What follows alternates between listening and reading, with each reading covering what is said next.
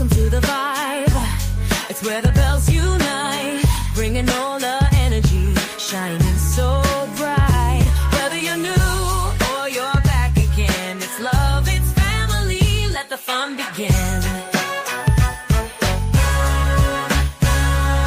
We're here to connect, bring joy to your day. Style, soul, and stories in a unique way. From New Orleans roots to the world we inspire. Every click, every view takes us higher and higher. This is your space where you can feel free. A community built with authenticity. So grab your coffee, hit play, and unwind. Your seat at the table is one of a kind. Like, comment, subscribe, it's your time to shine. Be part of the family, one of a kind. Whether it's your first time or you've been here before, we got so much love waiting for you and more.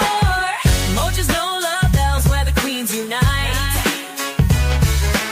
Serving southern charm with a touch of that spice. We're about that love, we're about that style. Come along for the ride and stay for a while.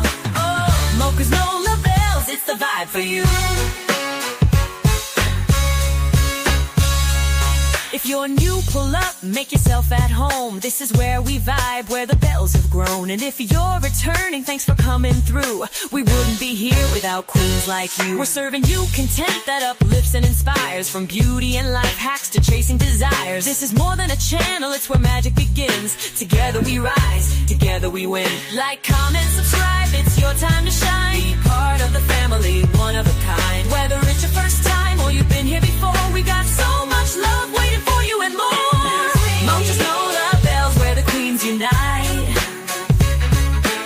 Serving southern charm with a touch of that spice. We're about that love, we're about that style. Come along for the ride and stay for a while. Oh, Mocha's no love bells, it's the vibe for you. Don't forget to like, comment, and share. Every little click shows how much you care. We're building this space, making something divine. Welcome to the bells, you're already in line. So if you're new, welcome, glad you stopped by. And to the OG fam, your reason we fly. Hit that button, subscribe, and come back again. It's Mocha's no love bells where the magic begins.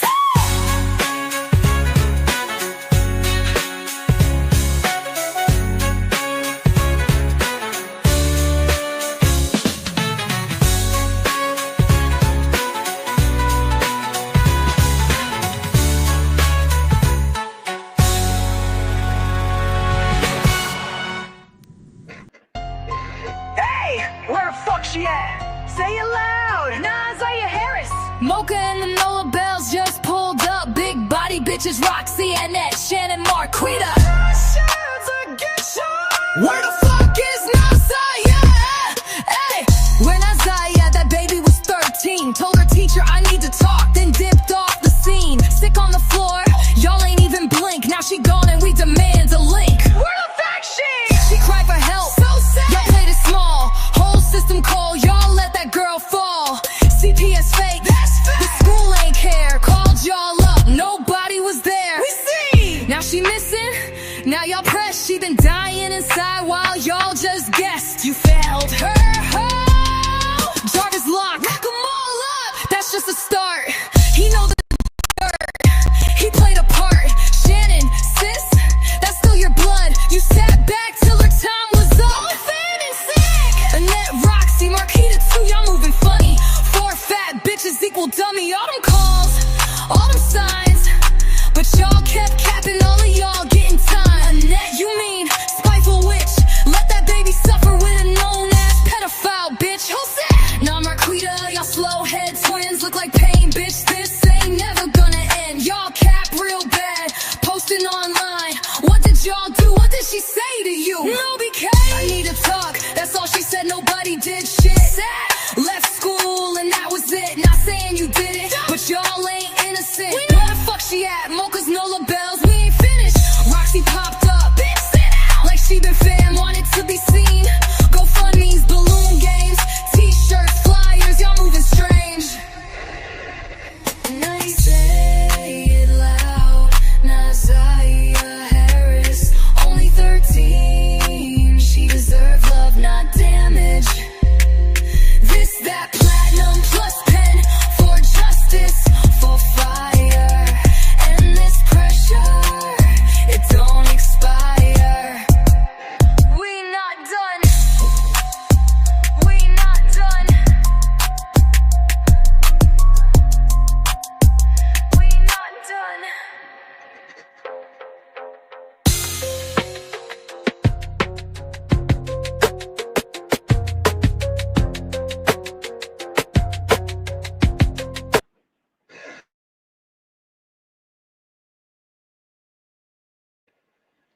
Hello, hello, hello, everybody. Happy Sunday, happy Sunday. And it's such a beautiful day out today.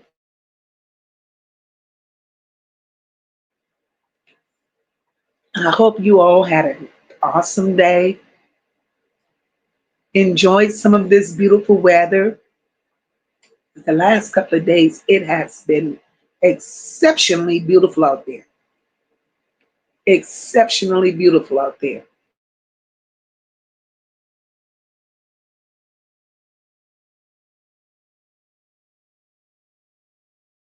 And y'all know we here and we're back on discussing this case again.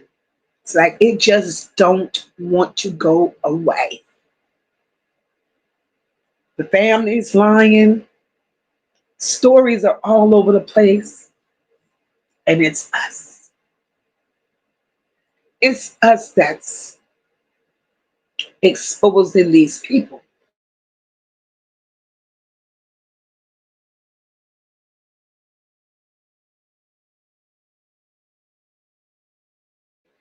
I have never seen a family with so much bullshit behind it. But yet they continue to come out here and feed it to us. Like we don't see where they're coming from with it. But guys, I'm going to speak to my people as I do, and we're going to get this started.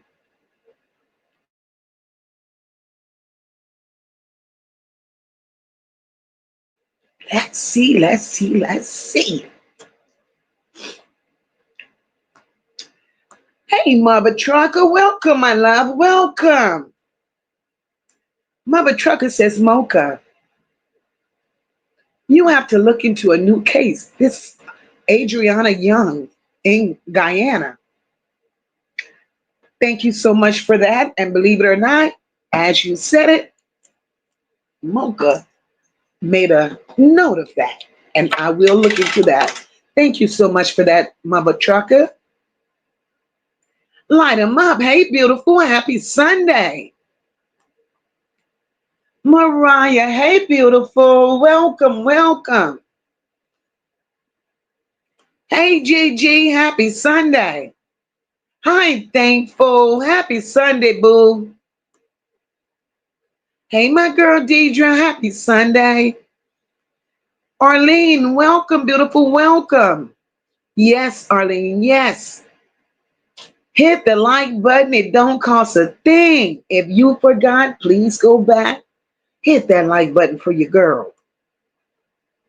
Dr. J, hey, sis.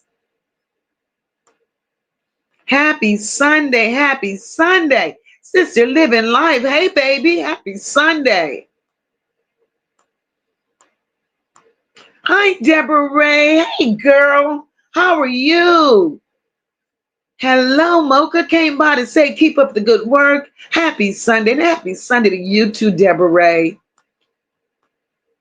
Hi, Valerie. Welcome, welcome. Hi, Kimberly. Christian, my girl. Happy Sunday, sis.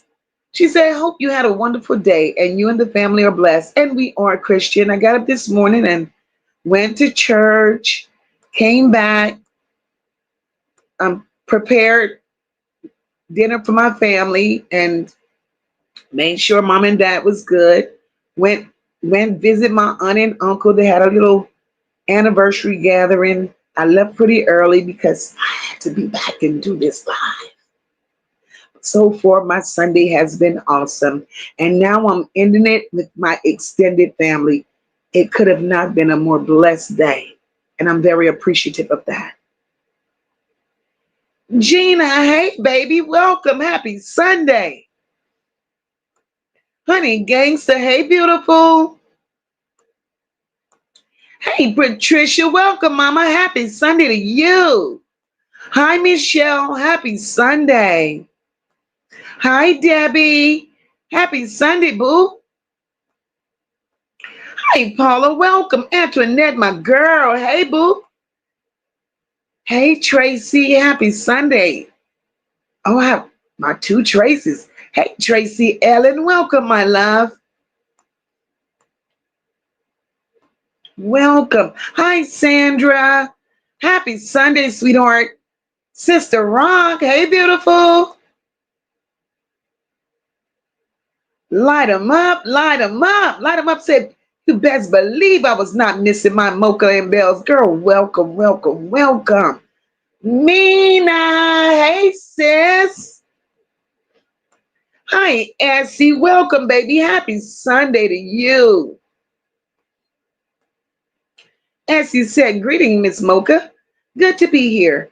Thanks for having me. Essie, we're glad you chose to spend your Sunday evening with Mocha and the Nola Bells. So we're happy to have you.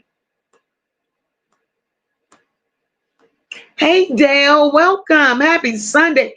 Hi, Melanie and Bobby. Welcome, welcome. Happy Sunday. I love you two so much. Y'all have no idea. Hey, Sandy Marie. Welcome, baby. Happy Sunday. Hi, Honey Nova. Happy Sunday.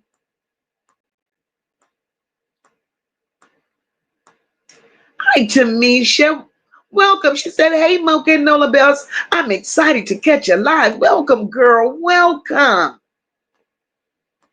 I hope you all are doing well. I hope you're doing well. But Linda, hey, boo.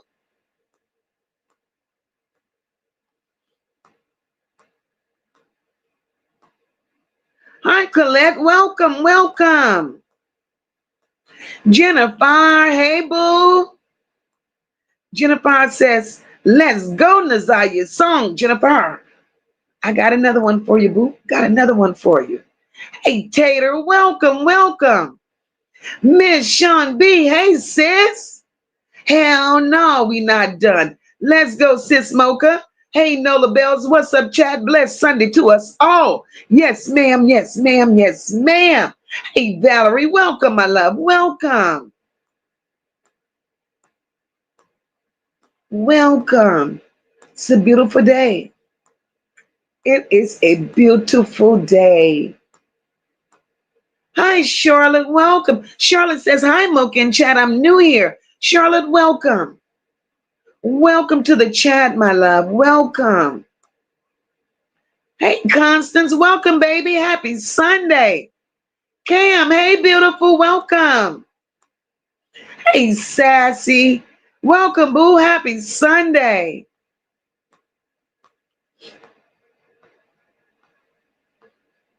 Hey, Sherry, welcome, welcome. Patricia Perry, welcome. Happy Sunday. Hey, Stora, welcome, boo. Hi, April. Patty Cake, hey, baby, welcome. Happy Sunday. Hi, Melanie. Happy Sunday, baby. Hi, Shanier, welcome, welcome. Happy Sunday. Patricia says, if fuck shit was a word in the dictionary, this family's picture would be right next to it. Patricia, girl, you better know it. Nothing but the shits.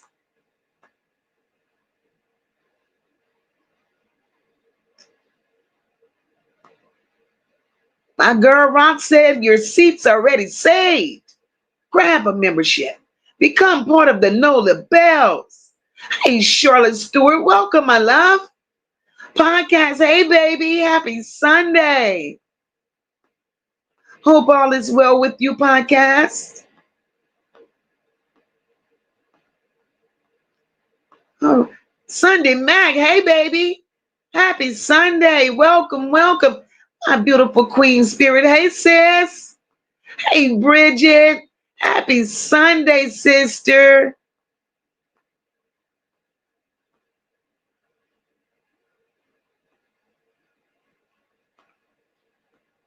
Hey, Capricorn Chronicles, welcome, welcome.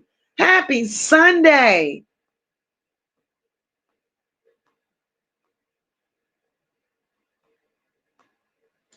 And I love to see you all giving each other love in here. That means so much.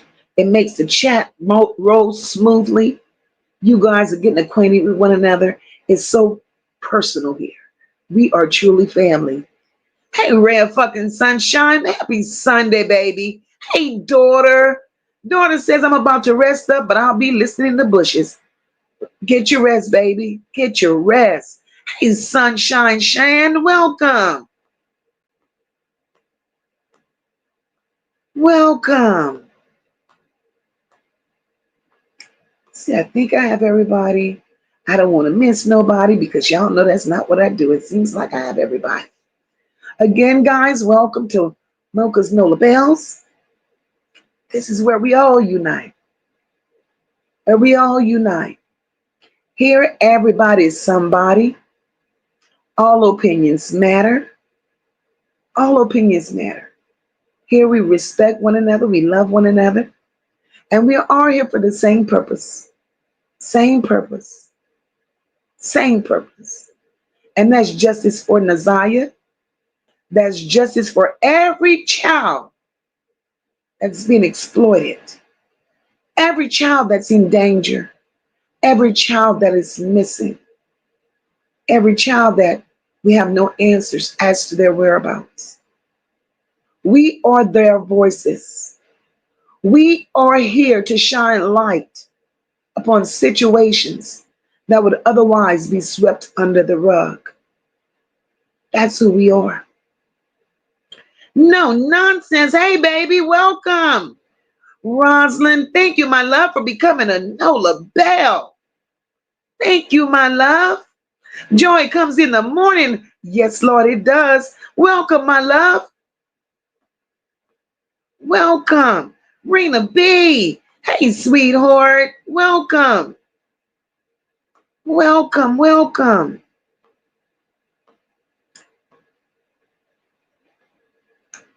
Kimberly, welcome, welcome, welcome, my love. Welcome.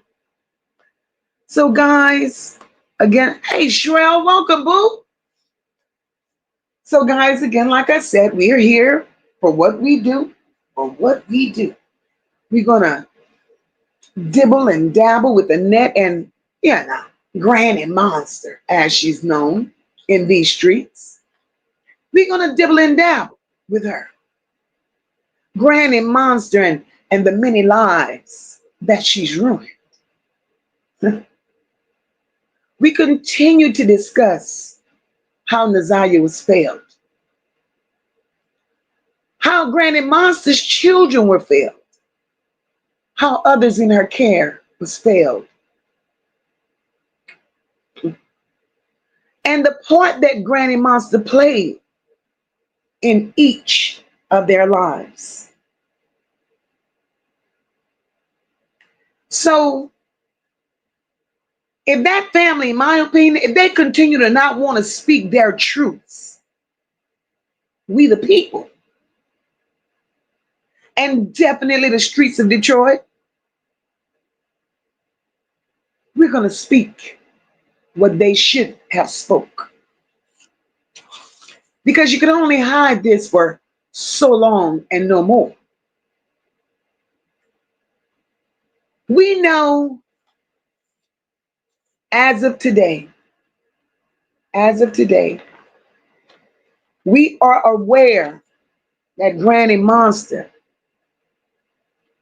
her children are Lady, Shannon, Marquita, Florentino, Jermaine, and Anthony.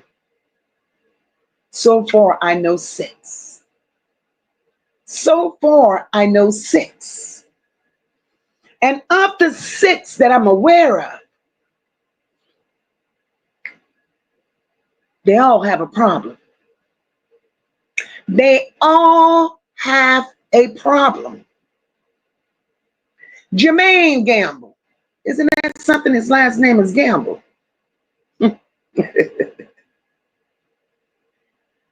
I have not found nowhere where Annette's maiden name was a Gamble.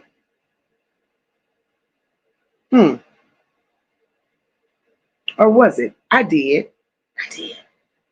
Eric Gamble is her brother. Eric Gamble is her brother. This is a nasty generation. We know that Annette, Granny Monster, we know that Granny Monster slept with her brother Eric.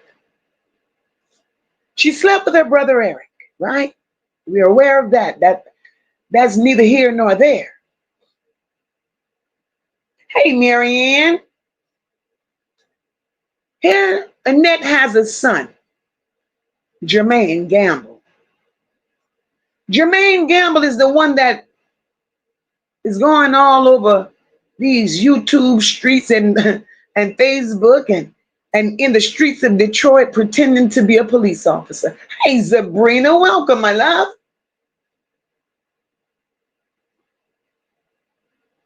Right, Sassy. Just like that rent-a-cop. Be encouraged. Welcome, baby. Happy Sunday. Right, Sassy. Just like the rent-a-cop at the school. His last name was Harris, too. Lady T, welcome, my love. Listen.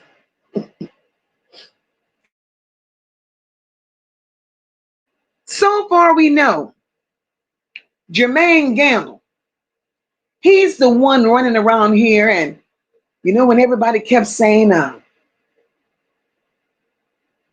Granny Monster had a police officer as a son. No such thing. No such thing. And when I say no such thing, is because Jermaine Gamble that's the one that wears he wears a helmet. Jermaine Gamble is the one that was running around here with the plastic police officer badge and the little plastic pow and the little plastic handcuffs pretending to be a cop. So clearly, he has mental issues. And that's what family incest brings about. He has mental issues, so he's running around here and he's playing to be a police officer. Hey, Sis Platinum, he's running around here pretending to be a police officer, right? So we could just knock Jermaine Gamble out of the way because we are aware that he's a rent-a-cop. Then there's the other brother, Anthony Gamble. There's another one, Anthony Gamble. Anthony Gamble, who's also Annette's son. He's worse than Jarvis. The only thing that, when I say worse than Jarvis, he's worse than Jarvis as far as having a criminal record. The only thing that I've not yet uncovered on Anthony Gamble is Anthony Gamble don't have SA charges, right? But Anthony Gamble is a crackhead. He's a crackhead. He has assault charges, aggravated battery charges, robbery charges, pointing a pow at people charges for pouring gas on a car where he was threatening somebody for $50. So he poured gas on their car. But the person that he threatened, let me tell you, they all got mental issues. Because the person that he threatened, he poured gas on the wrong car. Tell me if something ain't wrong with these people. Exactly, Patricia, can't get right. Can't get right. How the hell? Ooh, sorry. How the hell you want to threaten me for 50 and you go and pour gasoline on my neighbor's car? My neighbor ain't going to give you 50. Hey, Melinda, welcome. This is crazy. These people are slow. The whole family. So Anthony Gamble has been in and out of jail most of his life. Most of his life. So here we got the rent-a-cop. That's Jermaine. Now we got Anthony, a menace to society. A menace to society.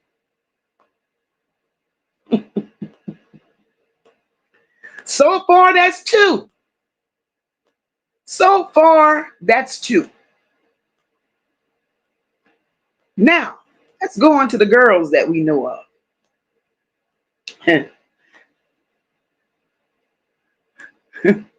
Sunday Max said top flight security. Yes, yes. Oh Lord, this is crazy.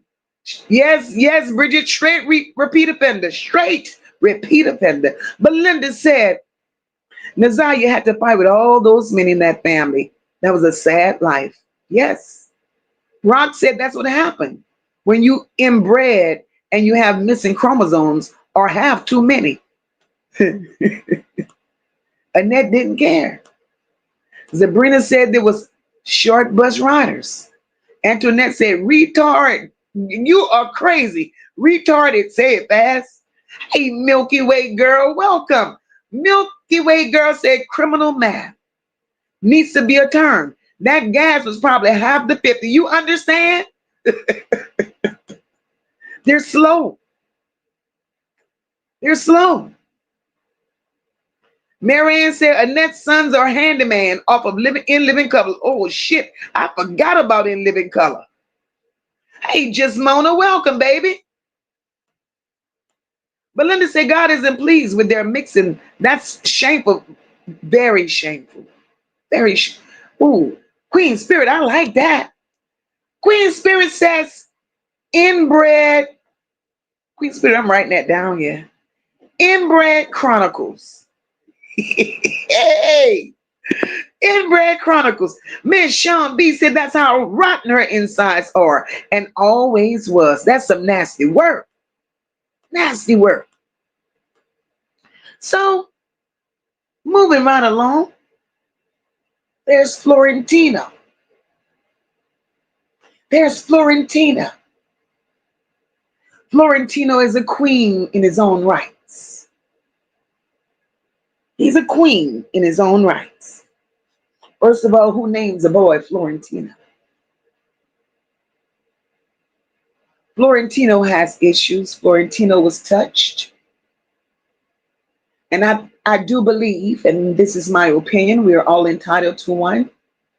I believe that Florentino was not only touched by Big Perm,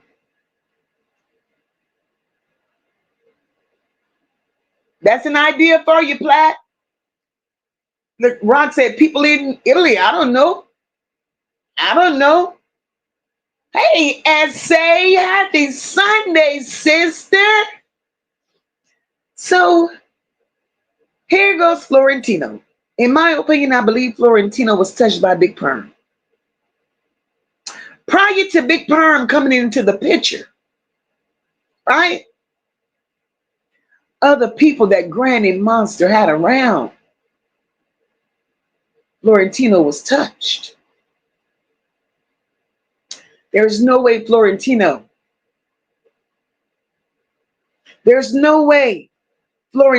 would walk around here looking the way he's looking. Hey, Reigns Victorious, welcome, boo. There's no way Florentino would walk around here looking the way he's looking, moving the way he was moving, right? So Big Perm caught Florentino in his prime. Florentino was well advanced.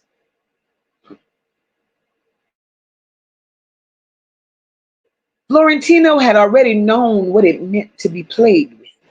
He knew what it meant to be touched. So he grew up confused. So prior to Florentino coming along, Florentino lived in that house with those monsters. He grew up with them. And in my opinion, I do believe Florentino was touched by Granny Monster and by those two Mucinex twins. I do believe that those two flathead girls touched Florentino in the worst type of way. I believe that. Marianne says Florentino didn't want Big Perm. Annette sold him, girl. Yes, Annette didn't care. Oh, I said it in Sabrina. Here goes Sabrina. Sabrina said he was touched by his sisters first. I believe that, Sabrina. I believe that. Marianne says Florentino possibly could have been touched by Uncle Grandpa, Eric Gamble. Huh. At this point with this family, anything is possible. And that's very believable. Very believable. Bridget said, watch it now, Mocha. You might get another deceased. Girl, you crazy. I spelled it wrong on purpose. You understand? Let it come. Let it come, Bridget. Let it come. This is a shitty mess, y'all. Miss Sean B said them little flathead, wide nose, pot belly, googly eye heifers. That's them. That's the PJ. Hey, baby, welcome. Happy Sunday. Hey, Nisha. Antoinette said them double chin twins. That's them too. Patricia says Grandma Monster and that daughter, jealous of Ziyah, led to the catastrophe. We're going to get to that. As they said, the touching never ends. There's some sick ass people. S.A. very sick. No, fucks giving my sister. Happy blessed Sunday, my beautiful people. Okay, Gigi, be careful. Patricia said Bridget can't get right, wrote that. I believe it. I believe it. It was written just like can't get right. So Rock said if he had to do things with the Mucinex twins, it's no surprise he's gay now. Exactly, Rock. Hey, Lily, welcome, boo. Look what Linda said, deceased and assist. That was the funniest shit. Hey, Bertha, welcome, boo. Happy Sunday. So, guys, we understand Florentino was touched. He was touched by Shannon. He was touched by Marquita. He could have been touched by Uncle Daddy. And Annette had men running in and out of that home. That he was touched at an early age. You know, Lady was touched. We know that Granny Monster fed Lady on a silver platter to her husband, the pedo Charles. Annette was married to a pedo. So all her children so far that we know, all her children are messed up. All of them. All of them. Shannon and Marquita touched on one another for years.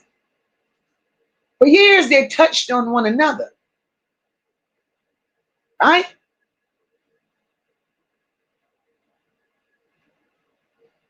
Granny Monster kept pushing Lady off onto men.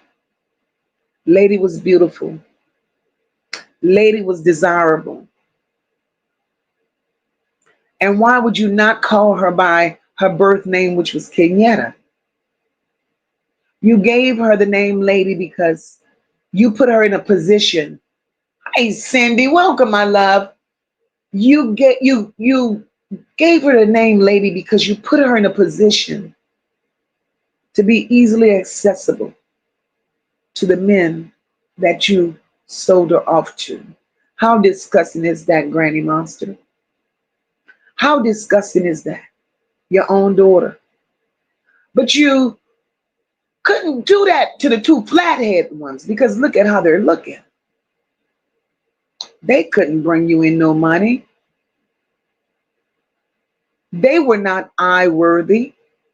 And nobody would want that. Charlotte, thank you, my love, for the super sticker. Bless babies. Welcome, Tony. Welcome, my love. So these people are really the hills have eyes. They're truly the hills have eyes people. Because Annette's upbringing, Queen Lito, welcome, baby. Because Annette's upbringing was so screwed up. So screwed up. Having a baby at 11. laying up with your daddy, your uncle, your cousin, your brothers all your life. You felt you were trapped. You grew up and you became a woman. And the hurt, the disappointment, the embarrassment of the life that you lived, Granny Monster, it should have wanted to make you a better person as you grew older. But instead of wanting to fix yourself, instead, you went on with life, procreating, having babies, and look, just look at what the hell you produced. Look at what you produced. Dysfunction. You have a flock of dysfunction.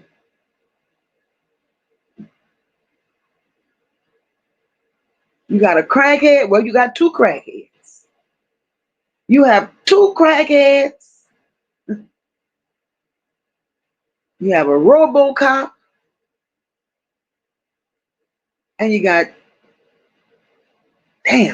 a flower child and two flathead pedals. But yet, you want to get an award for being the best. You want to get an award for being the world's best grandmother. You want to get an award from the city for being an outstanding member of the community that takes children in and care for them in the absence of their parents. So you are one of the number one people with CPS. You're one of the number one guardians with CPS, right? Granny Monster, you ain't shit. You ain't shit. But what I do know, Granny Monster, these children that you had, all your life, you surrounded your children by the company you kept. Olivia, welcome, sweetheart. You surrounded your children by the company you kept, which were pedophiles. And you introduced that to your children all their life. That's all they knew. That's all they knew. It seems like every man you've been with have been recorded as being such. Here you have Charles, your husband. Hey, Shalona, welcome, baby. Not only Charles, your husband, but there was another husband before Charles. He was a known pedo. Your brother, Eric Gamble, all on paper, certified pedo. Frank, another pedo. Jarvis, full-blown pedo. Big Perm, another pedo. And then we have Bishop. Then we have the Bishop, a bigger pedo. And we will definitely get to the Bishop. We will definitely get with the Bishop before all of this is over.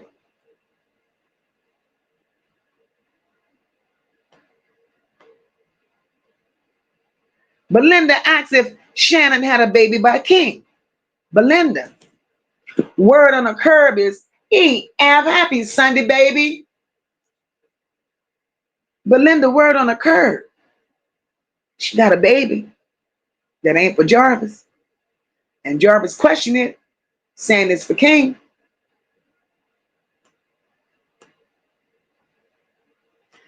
Queen Spirit, you silly. You got none days to see this. I had none day, and none still ain't showed up. Lily said them some sick folks. Lily, girl. Hey, Arlene, welcome. Arlene said that family is all dysfunctional. Arlene, the whole family. The whole family, sweetheart. That's right, Rob. The children never stood a chance. Marianne said at this point, I think Annette touched him too. Marianne, Granny Monster did touch him. She touched him because she had to train him the right way. And then when she trained them flathead twins, because they look like they laid on their back all their lives. Their heads never took shape. When she trained those flathead twins, she also trained them to molest their family members. Look at how the little cousin Sierra went on Mark D podcast, attempting to tell her story. Angelique, hey baby. Sierra went to trying to tell her story. She implicated both Shannon and Marquita for touching her in the worst kind of way from the age of 6 to 12. So Shannon, you big flat head, disgusting looking, wide nose, bad shape, nasty, half slow cockeyed hoe. You're a disgusting bitch. And you have so much to pay for. So much to pay for. So much.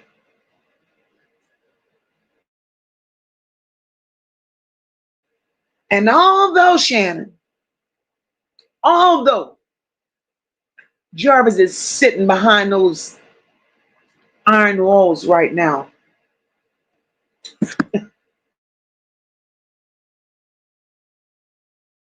don't ever think you won't be next.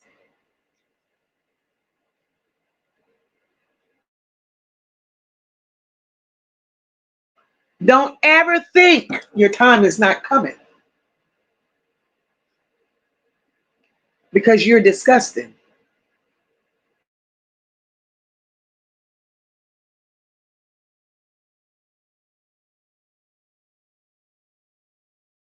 The filth displayed from this family is worse than a horror movie. It's worse than the Whitakers. It's worse than Hills Have Eyes. There's a pedo island in Michigan. You all need to pack up and move in.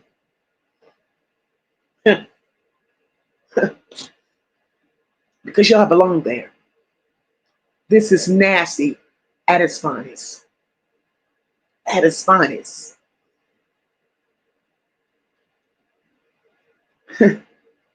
So Annette, Granny Monster, you are the reason we're having this conversation today. You're the reason we had these conversations yesterday and the day before. And you're also the reason that we will continue to have these conversations. Because if it were not for you, Granny Monster, there's no way we will be having these discussions. Because I don't know if you thought being a nasty bitch was a flex. I don't know if you thought that by selling your children off to pedos, I don't know if you thought that made you top madam. No. It makes you look just like the Ninja Turtle that you're shaped like. That's how it makes you look.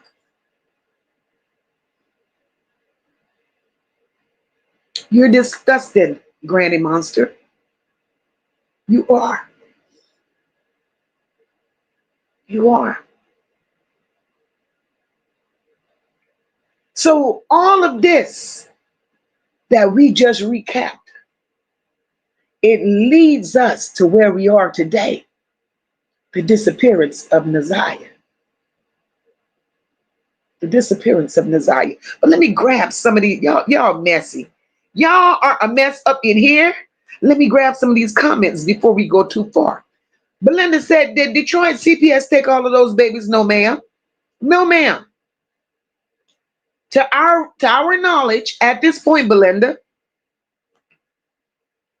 to our knowledge, Marquita sent hers off. Marquita sent her children off to be with each one of their fathers. So Marquita has no children. Annette is still, she is still with the foster kids. And Shannon is still with hers.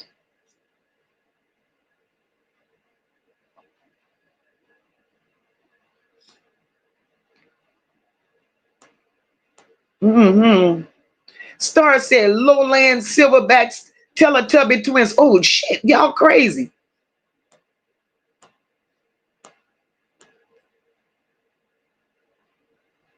Belinda said MOCA lady called that home evil. I bet she did. Tony King, my girl. I bet she did. Antoinette said them alphabet people ain't shit. Antoinette. You know who else we could say tonight ain't shit, girl? Not only is the alphabet people ain't shit, Antoinette, but Kim Worthy ain't shit either. Kim Worthless. She ain't shit either, girl. We go get to her in a minute. And guys, y'all know MOCA don't ask for much. I never, ever, ever come in here asking for anything. The only thing I ask you guys to do is to hit that like button for your girl. If you can, share the live. Make sure you subscribe. Make sure you turn on those notifications so you can be notified each and every time I come live. So hitting that like button won't cost you a dime. It's definitely free. Lady of Faith, hey baby, hey Wilma, it's free. And I encourage you all to hit that like button because it is free. Hey, Kimberly Cruz. Marianne called them the flowers in the attic family. No fucks given says, I think the boy Devin was messing with Bari right along with Anonymous Angel and Maya Angelou. You listen, girl. Wait, look. Let me tell you about Anonymous Angel. Anonymous Angel and Maya Angelou, they I don't know. They're ripping my nerves. All the same people. And he needs to stop. He really needs to stop. But it's his conscience and all the ungodly stuff that he's around here doing. But I do believe, because Devin was talking 100 miles an hour, so I could believe that Devin, the next door neighbor, the one that was so safe doing Ziyah's hair, I truly believe Devin was part of the touching too. I do believe. Bridget says, I wonder, can any of them count money? Girl. Guess we have to see. Antoinette said they really look like 25 miles of bad road. Oh God.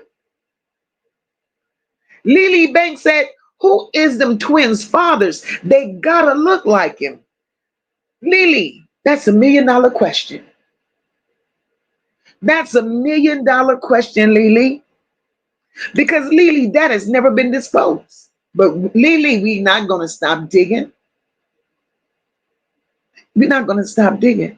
And I encourage you all to investigate as well. Bring it back to the table. We'll get on this panel and we'll chop it up and talk about it. We're going to figure out who them flathead girls belong to. Could it be an uncle or a cousin? because it ain't nobody outside of that family. It ain't nobody outside of that family. Stays within the walls.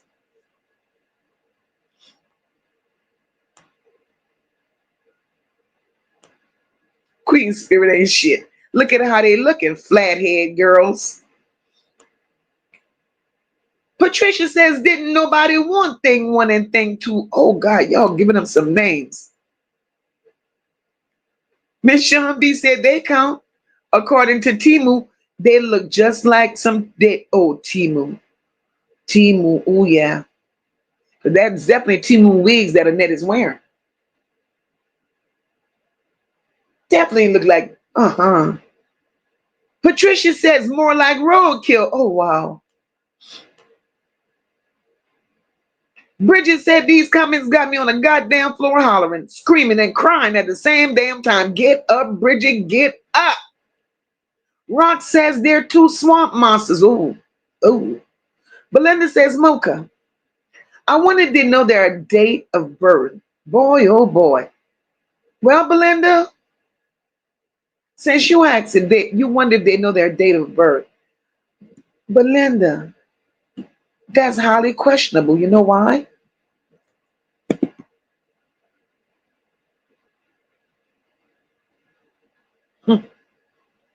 Because Shannon says, Marquita is my twin. She's my sister. We're the same age.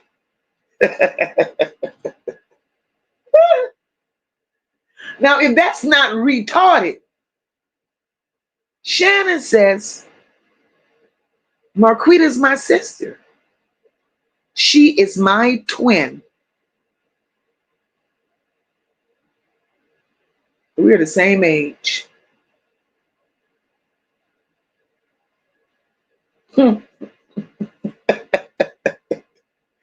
Ooh, yeah, they're slow.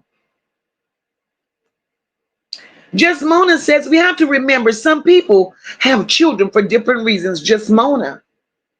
And I do believe Granny Monster laid there and had all those children for her own selfish reasons. I think she did. Granny Monster figured she would have children to put them out there and put them to work for her. Granny Monster had a motive. Granny Monster knew that her desire was to be a madam. And she had no clients, so she would use her children and her grandchildren. That's some sick shit. Sabrina says exactly, MOCA. She couldn't dress them up. Nobody would pay. Only came to the basement door after midnight. Ain't that something? And look who came. Tony says Annette hurt those babies because she got hurt in the process of growing up. That's exactly what happened, Tony. And she took that hurt. Hey, Candy, welcome, my love. She took that hurt and she poured that hurt over on her children. That's crazy. No Fucks Given says she produced lab rats.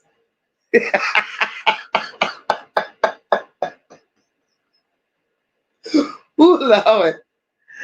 She produced lab rats and test tube babies. That's what's in that biohazard freezer. A little this and a little that and some of everything else. Girl, I believe that. Terrific, terrific. Hey, sister.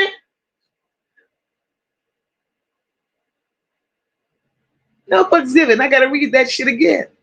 Wait, hold up. My sister said Granny Monster produced lab rats and test tube babies. That's what's in that biohazard freezer. A little this, a little that, and some of everything else. Sister, I could believe that. Marianne says, Granny Monster May you continue to never have nothing but T-Move wigs. Ooh, damn, that's a curse. That's a curse. P.S. Lovely said, Mocha, I'm in the back. You're cooking lights up. You're cooking. Get them lights up. God bless everyone. P.S. Lovely. Hey, beautiful. Miss Sean D said their noses look like rhinoceros without the spike. Like without a brain. Shit. It's a beautifully blessed Sunday. Y'all ain't shit. Queen Spirit says, house full of mongoloids just fucking on each other. Ooh. Queen Spirit, I had a vision. Queen Spirit, I saw this shit. Oh my God, y'all crazy on this Sunday. Hey, Dora, welcome, boo. I miss you. Star says, I wonder if Barbie got touched. And if that's the real reason why he left without taking the Ziyah with him. Star, Barbie got touched, baby. Barbie got touched. And Star, I believe them Flathead sisters touched Barbie first. The Flathead sisters touched Barbie first. They also touched Ziyah.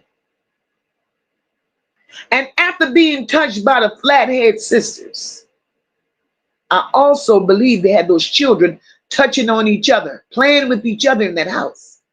Those little children have a lot of healing to do. They're going to need therapy for life. I do believe that they had those children touching on one another. I believe that. Vari ran away when Big Perm came into the picture.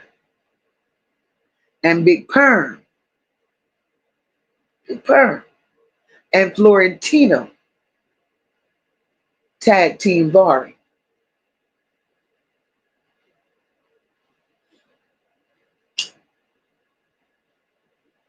That's what made Vari run away.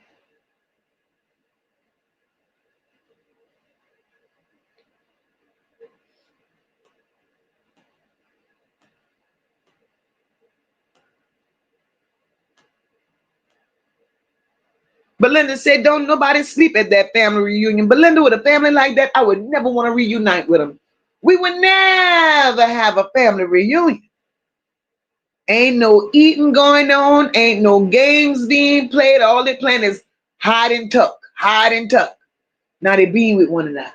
Miss B.O.A., my love, welcome. Happy Sunday. He's been touched, y'all. He's been touched. So, right, Patricia Perry, the entire family is dysfunctional. Sassy says Granny Moss has done nothing productive or positive for any of her children or the ones that's under her care. She will get exactly what she gave in this world or my God's world. Sassy, exactly. She's a menace to society, her damn self. She's a menace to society, her damn self. Patricia Perry says, ain't no telling how far it goes back. Patricia Perry, one thing we could say from, hey, Danielle and Ella Rose, welcome. Patricia Perry, one thing that we could say, sweetheart, is from what we've discovered since being here, this shit goes way, way, way back. Way back. Kimberly says, Ms. Mocha, taught you how to read and cuss people out. Do you give lessons? I want to improve my reading for filth abilities. Girl, you crazy.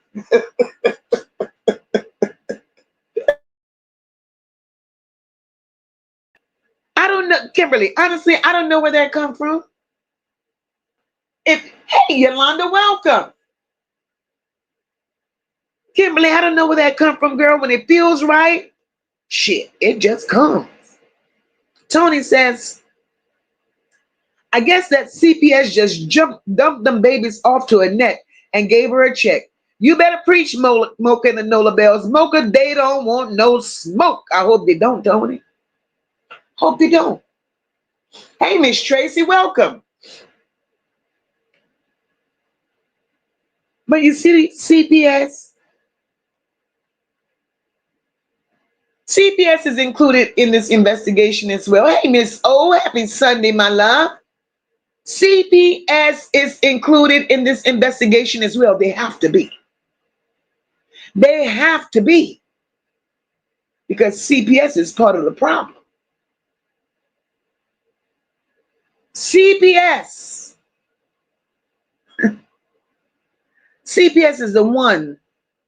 I don't know who the worker was. It seems that Granny Monster had a specific worker assigned to her.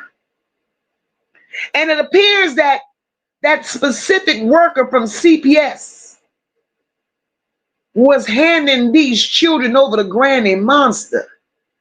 Like they was going through the system and finding the perfect children to give to Granny Monster so she could continue her operation. So CPS needs to be in the radar. And if the FBI and the CIA and the Jump Out Boys and everybody else that's involved in this case, I hope they leave no stones unturned and grab CPS in the process, because CPS is a problem. Granny Monster could not continue doing all what she's been doing all these years if CPS wasn't feeding her. So they all was getting a shakedown. It was definitely a ring. It was a ring. CPS were providing the children. Granny Monster was grooming the children. Jarvis and Frank was testing out the children. And after they were done testing out the children would go to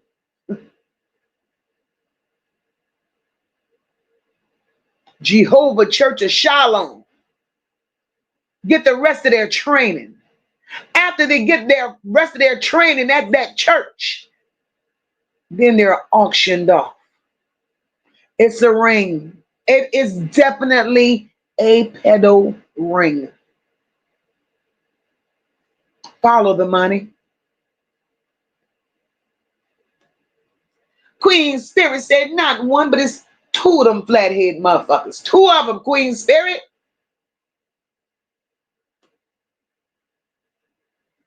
Marianne said surviving Granny Monster needs to be on the next lifetime. Lady of Faith, hey baby, she said, hey MOCA, Granny Monster let every, well hold up girl, let me read this. Hey MOCA, Granny Monster let every she could find around, every pedo she could find around these children. They were all over them, touching, feeling, disgusting while she turned her head. Lady of Faith, she turned her head for a reason. She turned her head because had she stopped it, it would stop her income. She didn't mind selling these children. And that's just what Granny Monster did. Granny Monster had a for sale sign on each one of those children, whether they were girls or boys. Now the bigger question is,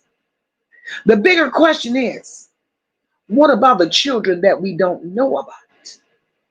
Because they do exist. They do exist. Real fucking Sunshine says that's why the kids couldn't go over there. They knew what was going on over there. Rev fucking Sunshine, you understand?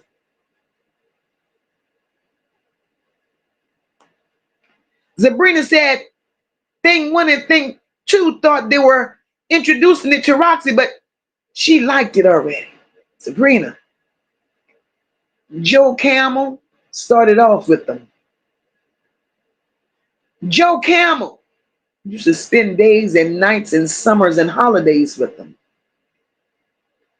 So Joe Camel was getting her licks on early in the game. Rock called them two frying pan head bitches. Hurricane, hey baby. Hurricane said there were some black hillbillies. Damn.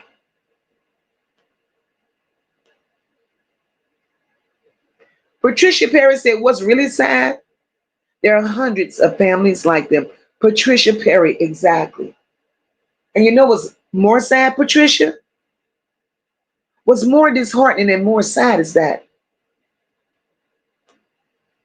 they keep it from the news, as if the little black and brown children are of no importance. Rosalind says, I promise you I just came. Rosalind is falling out in here. Arlene says, Granny Monster got them all stuck on stupid and swinging on silly girl. Take a ride. Take a ride.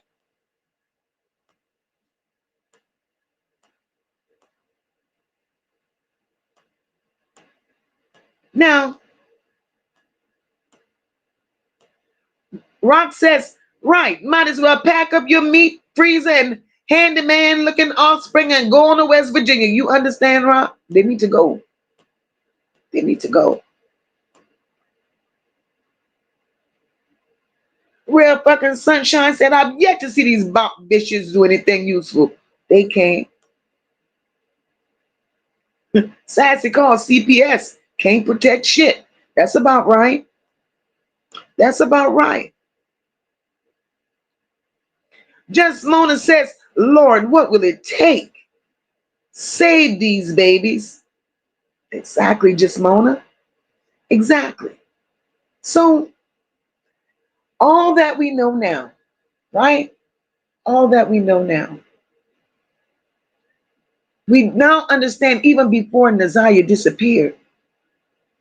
Annette plays as Ziyah around very questionable people all her life. All her life. Annette, Granny Monster, got custody of Ziyah since Ziyah was 2.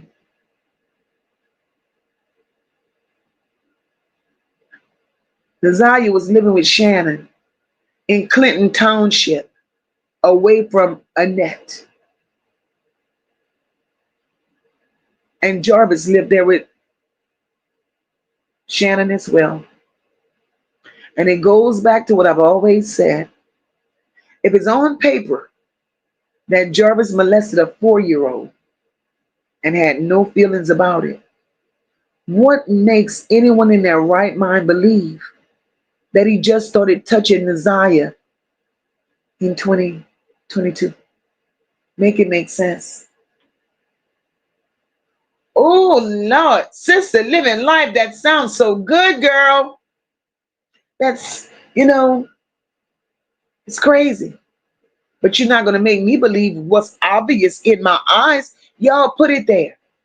So you got to be dumb as a bucket of rocks not to take what y'all put out there and make it make sense.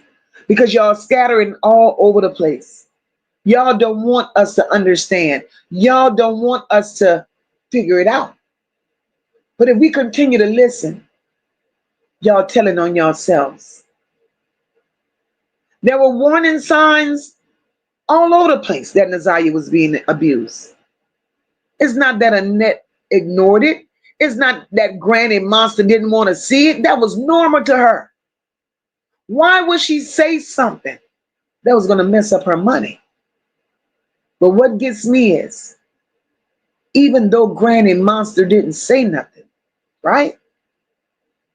She allowed it to go on with Ziyah. She allowed it to go on with Zanaya. She allowed it to go on in her household with her grandbabies. Ziyah isn't the only victim. Zanaya is a victim. Ziyah is the only one that right now we're being discussed because she's disappeared. But my thing is, although Granny Monster turned a blind eye, I need y'all to help me understand, why is it that the extended family members, those that live outside of Annette's home that call themselves family, why did they turn a blind eye all those years ago and allowed this to happen?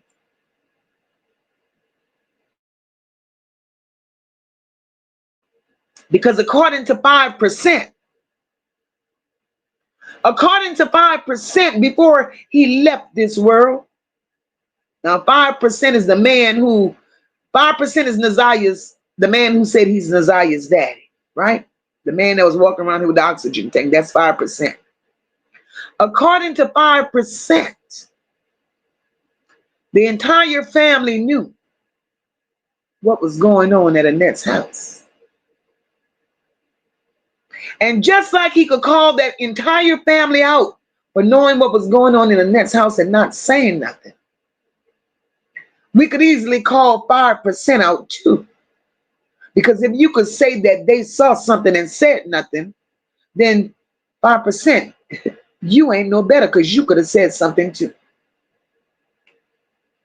Hey, Mika and Allie, 5% could have said something. Hey, Ida, welcome. Ziyah, Janaya, Zanaya, Jesus Christ. I don't get it. The neighbors and community members, they too saw all the red flags long before Ziyah disappeared. The school saw him. The neighbors saw him. But nobody said nothing. Exactly, Christian. 5% belong to that church too. Nobody said nothing. So you see, when, in my eyesight, when you're a caretaker, you don't get to turn a blind eye, period. Period. But Granny Monster was no caretaker. She was a groomer. She was a groomer. So it all makes sense.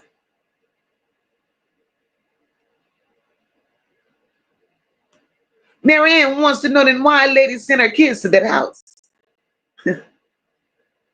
CPS took those kids from Lady Marianne and put them in Annette's custody, and then Annette went to court and got full custody of them. Tony says Granny Monster ain't no madam because they be about their money. What is in that freezer? You understand what's in the freezer?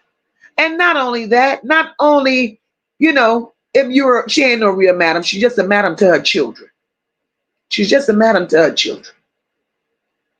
Ain't nothing was real about Granny Monster. Granny Monster couldn't even keep a decent roof over her head. Every house Granny Monster lived in, it didn't belong to her. Granny Monster was a hoarder. Not a hoarder, a squatter. Granny Monster was hopping from house to house to house to house. What decent, normal woman would be moving about like that? And every house that she moved in had to be a fixer-upper? That's her name, fixer-upper. But yet, these people have no shame. No shame.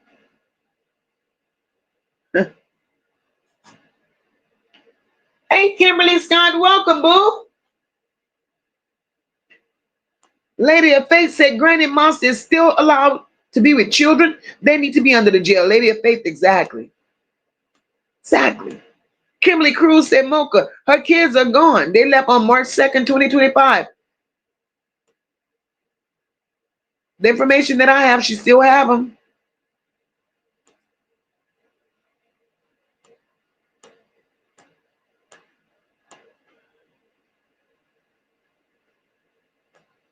Patricia Perry said there's a difference between pimping and perversion. They don't understand that.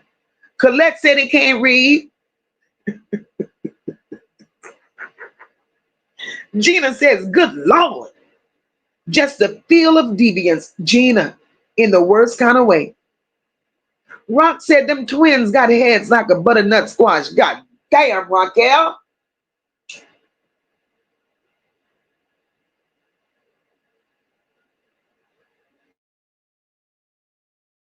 But now that you say that, Lady of Faith said if you look at the woman who graped funny, nasty, if you look at the woman that great, funny, nasty slimeball Jarvis, she looks like Granny Monster, just horrible. Lady of Faith, listen. This is what I want you to listen to. What you just said. The lady, that woman, that old ass woman that had her way with Jarvis, right? Not only her lady of faith, but if you look a little deeper, that woman and dumb Dorothy and Annette, they all look alike. So I wonder if them three hoes all got the same daddy. And if they all have the same daddy, or if they're related in some sort of way, they all three has that Jezebel spirit on them. All three of them have that incestual demonic spirit all over them. That's why they're doing what they're doing, because all three of them are playing with kids. All three of them is doing this shit in a nasty way. Something is wrong. Something is wrong. I wonder if they got the same damn daddy.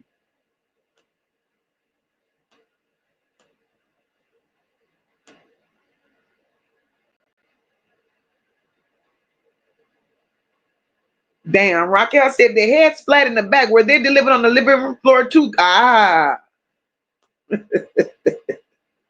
Antoinette said their eyes too close together. Colette said that daddy took one look and ran the other way. Colette, he ain't went for her. He can't run. That's the cousin. Exactly, Novi. That's what it is. Kindred spirits. Girl.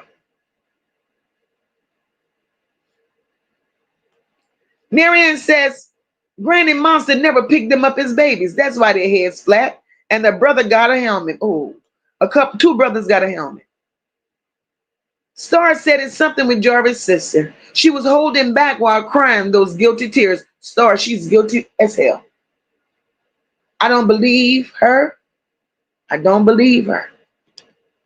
And the reason I don't believe Jarvis' sister, the reason I don't believe Jarvis' sister is because she wanted sympathy. She wanted empathy. She felt that her tears would make her story believable, right? And in all honesty, Star, I was buying her bullshit and I was believing her story, right? I really was. I went along with it for a long time. I really, really was. And you know what made MOCA come back, Star? What made MOCA come back to the realization of saying, MOCA, look, go revisit this shit. When Tootie, Uncensored, did the interview with the young lady that's a survivor of Jarvis Butts 20 years ago, and the question was presented to her, you know, they asked her certain things about the house that Jarvis kept it in. And when the question was presented to her, who would know or who could verify these things that you're telling me right now? First thing she said was Jarvis' sister. Oh, G. Jamel, hey, baby. So when she said Jarvis' sister, right then and there, I had to go back and replay Jarvis' sister testimony. And nothing but holes is in her story. How the hell you not know the Ziyah? How the hell you could tell these people you had no relationship with your brother and you've been estranged for him for so long, but yet you could conveniently go to the shop and get your vehicle fixed for free? That didn't just take place overnight. Hurricane, thank you, my love, for that super sticker. Thank you for my daily dose. Thank you, my love. Happy Sunday, Hurricane. So, Star, I'm with you, Star. I don't believe her. Don't. Tony says they have to get their hands on some real money first to be able to count big money. The Monopoly counting bitch. They count Monopoly money.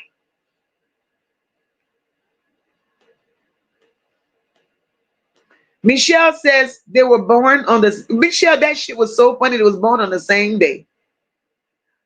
Y'all is eating this shit up. Milky Way girl says, I bet they even have the same birthday and everything. Milky Way. When she said that, Milky Way, I was choking. Choking. Real fucking Sunshine says, I'm laughing so hard my head hurts. Real fucking Sunshine, happy Sunday. He said, They might not know their birthday, but Shannon say they're the same age. That shit is hilarious. Yolanda says, looking like, God damn it, I bit you. Both, oh Lord, I bit you. Yolanda, how about instead of them looking like I bit you, how about they looking like Chewbacca? How about them both looking like Chewbacca? Star said Jarvis like them slow and do. PJ said twins, Dumb and Dumber. There go Candy. Candy said, Mook, I'm clutching my pearls, girl. Line 'em up said, crackhead, uncle, brother, cousin, etc. As far as thing 1 and 2, Pappy, somebody, girl, somebody. Tony says, Mark, you see, y'all silly. Tony says, Marquita is my twin. We're the same age. When I heard that, I hit the flow. We all hit the flow. That shit, look. Hey, Morgan, look, Tony, that shit will go down in history. Me and my twin, yeah, we the same age. Look, that's one for the books. That's one for the books. You hear me? Michelle said, I'm done. These bitches are dumb and dumber. Red fucking Sunshine says, Granny Monster better get to shaking the leg. She know how to. Candy says, Granny Monster needs to go to jail with them double mint twins. Mucinex, Candy, Mucinex. Ain't no double mint about that.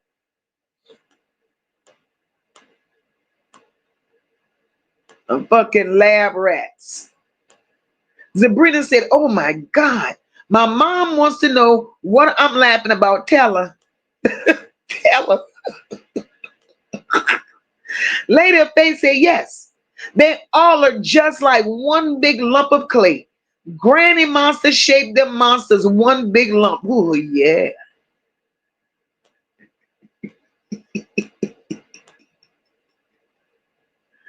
Kimberly Earl says, I think those twins are adopted, girl. No, they ain't. Oh, no, they ain't. Them twins and Florentino, they look alike.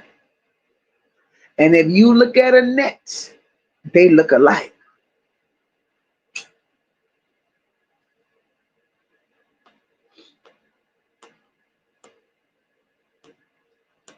Oh, Lord. Michelle says, I'm laughing so damn hard, I'm actually crying. Hey, Crystal. Crystal said these people couldn't count to 10 without taking off a shoe and a sock. They're all slow as fuck. Charlotte says, Granny Monster and Shannon, they all need to go to jail. Every one of them that has something to do with that baby girl. And that's factual. That's factual. It's factual. Because, again, look at the day she supposedly disappeared. Look at the day she supposedly disappeared. That was not well thought of.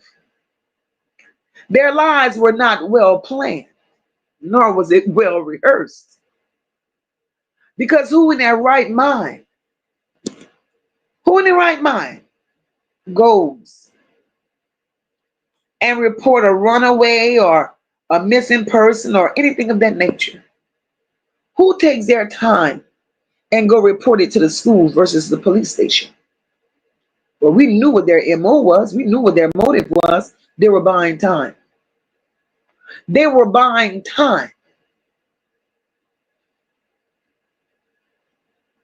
to finish doing what they done. They had to clean up what they messed up. Annette didn't go to sleep that night. Neither did Shannon. Neither did Marquita. They were too busy trying to come up with awesome lies. They were too busy.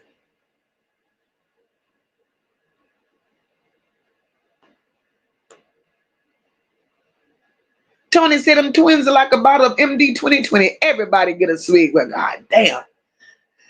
Lady of Faith says house of ill reputes.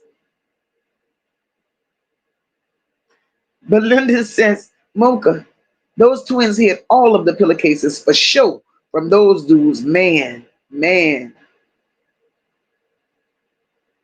Antoinette. Antoinette said in one chromosome short of being a mongoloid. Damn. Y'all is jacking their ass up today. Y'all is really tearing them up.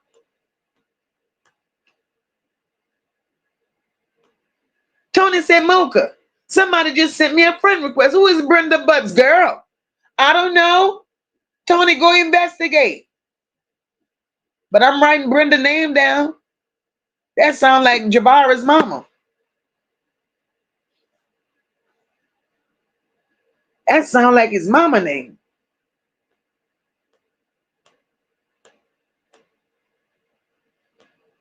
Girl. Girl.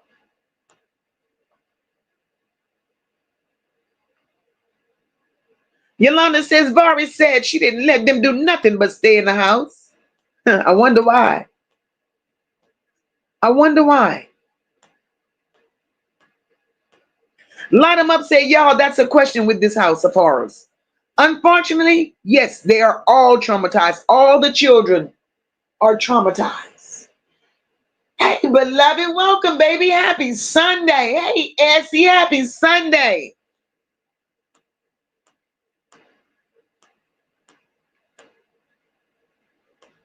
Now they call him Granny Monster. The mama from Antoine Fisher. Lord. Hey, Mushy. Mushy says she has 6 kids, Jermaine and Anthony. Wait a minute. Let me read this the right way. Mushy said she has 6 kids, Jermaine Gamble and Anthony Gamble. Jermaine confirmed Annette their mama. Confirmed Annette is their mama. Eric Gamble, allegedly the daddy. Anthony is a convicted felon. SP News, she told all last night. Child. Thank you, Mushy. Mushy, thank you for that.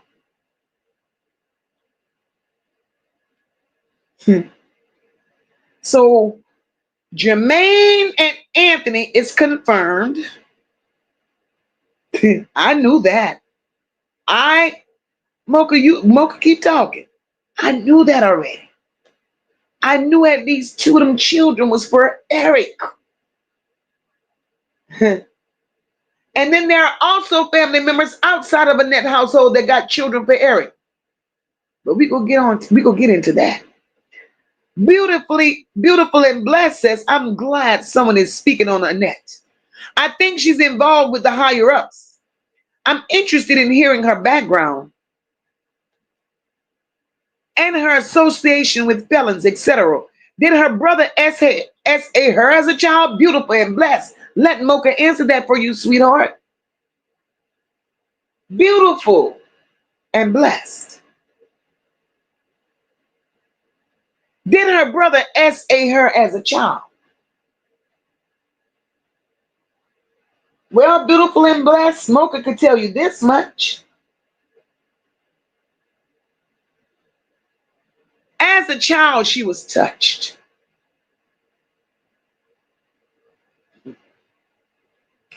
As a child, she was pregnant at the age of 11.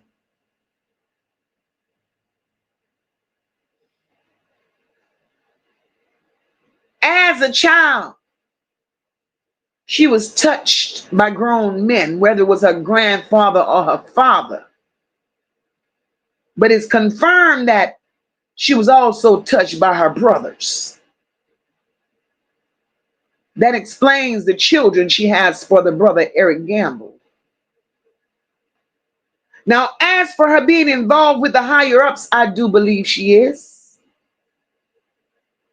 And the reason I believe she is because ain't nobody talking.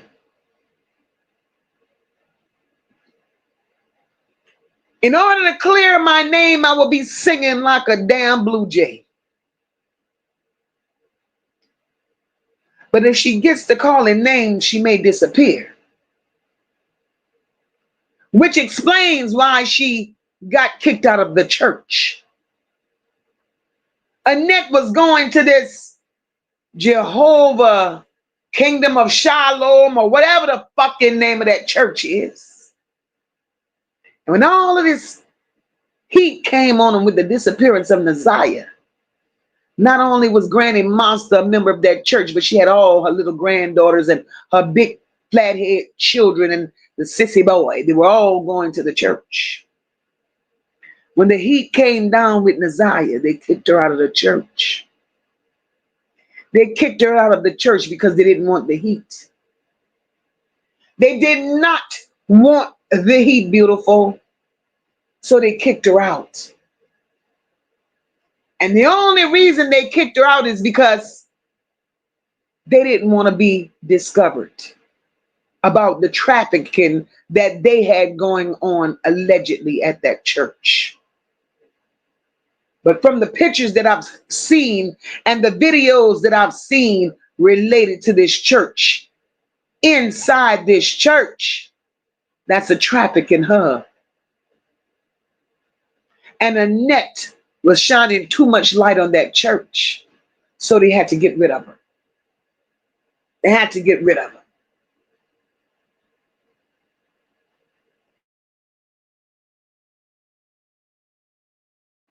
So this is bigger than Jarvis, bigger than Annette. It's bigger than that church. That church is there, and that church is just the byway. That's the escape route for the children. They use that church as the escape route for those children, ones that have done everything they have to do with them. Now it's time for them to go off to market. And they go off to market through the church. That's why they had to get Annette out of there.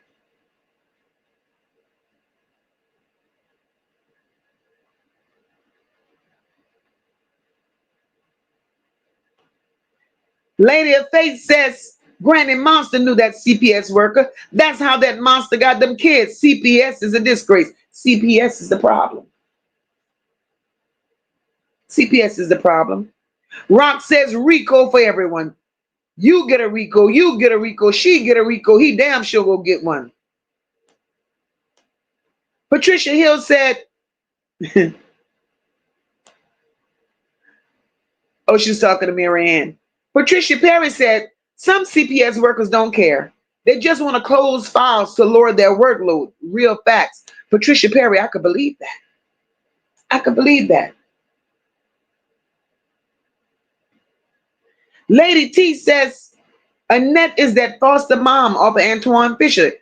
Y'all better believe that, Lady T. I'm believing it.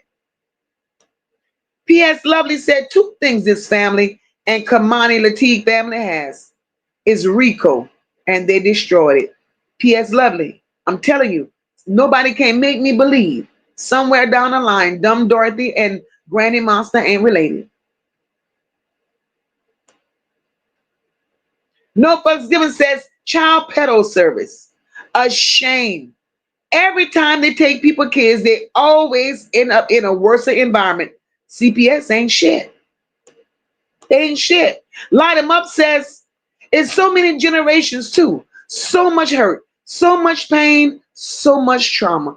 This is some next level shit. Light 'em Up is sickness. Podcast My Love, thank you so much for that super sticker.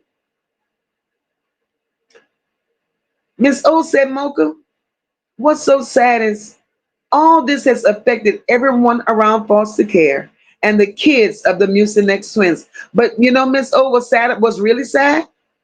These hoes don't give a shit about their own offspring. They don't give a shit about their own offspring. Patricia Perry says, as long as there are no attendance problems at school or medical records of questionable abuse, CPS don't give a fuck. Patricia Perry, even if there's records, right? Even if there's records, CPS in this situation didn't give a damn. Didn't give a damn.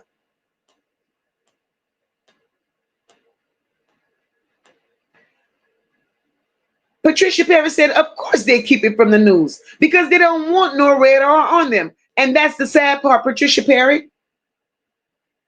If it wasn't for social media, hey, Beverly Phillips, welcome, baby. If it wasn't for social media,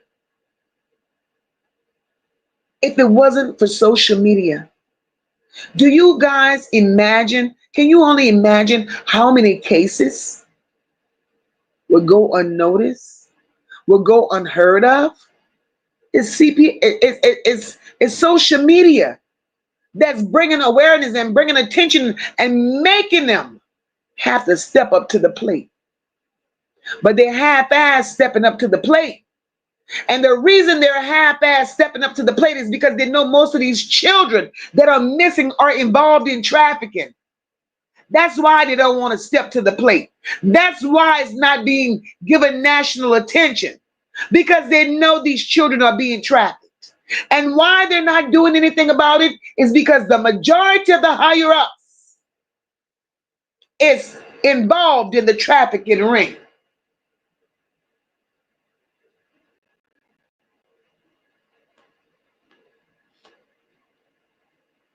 Shrell says, Mocha cussing fuss like my favorite auntie, now resting in heaven. If she wasn't cussing you the fuck out, you knew she wasn't feeling well. And you couldn't do nothing but laugh. I miss her, so I bet you do, girl. It's all in fun. It's all in fun. This shit is crazy. Lady T said, Mocha, that makes me sick to my stomach that Ziyah was living with nasty Aunt Shannon and Jarvis. Of course he was touching her. Such a shame. Exactly. Exactly. And Shannon, a pick-me bitch. Do anything for a man. And you sacrifice, not only did you sacrifice Ziyah as a baby, you also sacrifice your own child to be with a rotten teeth man. A rotten ass teeth man that didn't give two shits about you, because in his phone conversation with the girlfriend, the baby mama, the woman that he bought the engagement ring with, the one he bought the engagement ring for, with Shannon's income tax, he told her he was sick of her. All that fucking whining and questioning him about what he do.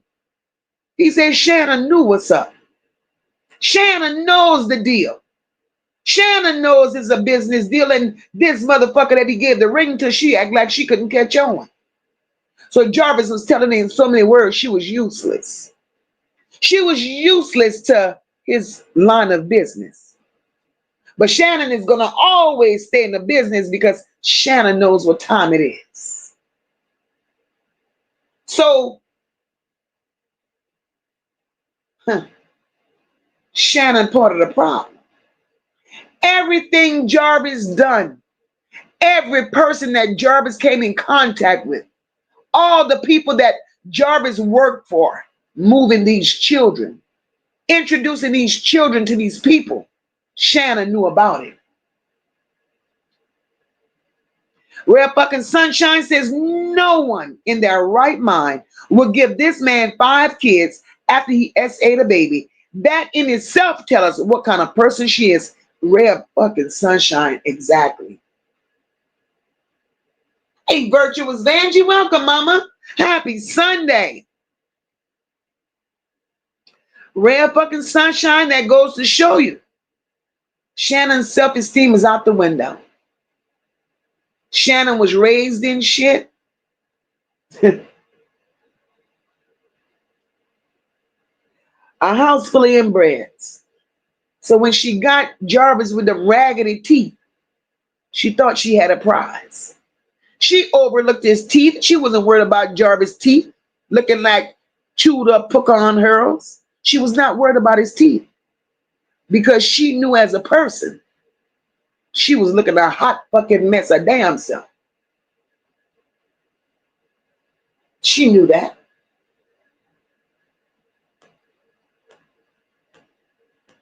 Star says, I hope and pray that this baby gets her justice. Seeing that they're trying to use premeditated murder and the troll twins keep saying stuff and letting pictures and videos come, which can be damning. Star. See what you're saying, baby? I hear what you're saying. I hope and pray that this baby gets her justice. I do too. Seeing that they're trying to use premeditated murder. That's where I'm stuck, Star. That's where I'm stuck. Because so bad they want to convict him, right? So bad they want to get a conviction. And who's the perfect person to use to get a conviction? Jarvis Butts. He already has a history. So he's a perfect rat to charge. Again, like I said, Kim Worthless ain't shit. Kim Worthless did not do her job.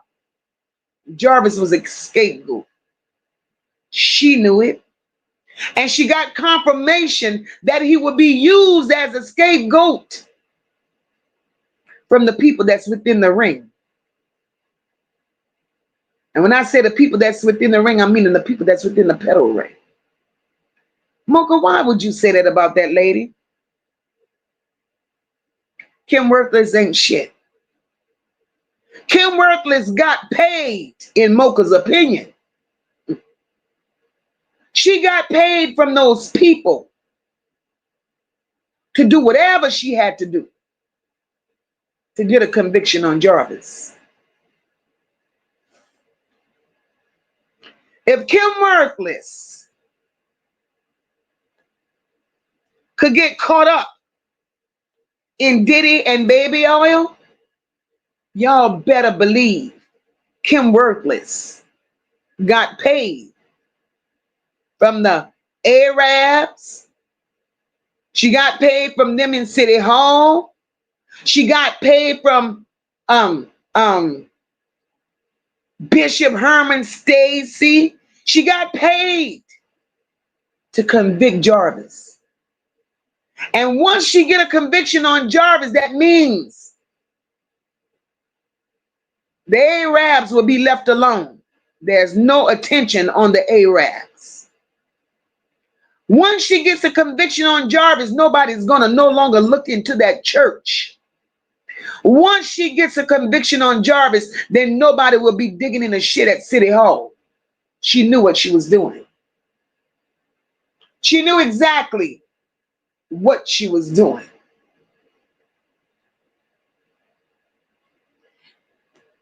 This is crazy. But yet we wasn't supposed to see that. No Fucks Given said he knew it. Talking about, I believe my daughter was pregnant.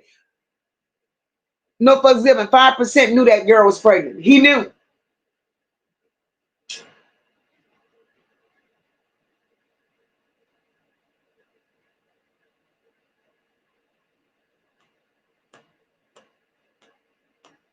Line Him Up says, and the line of, well, if society gave him a second chance, she can't even spell most words, so we know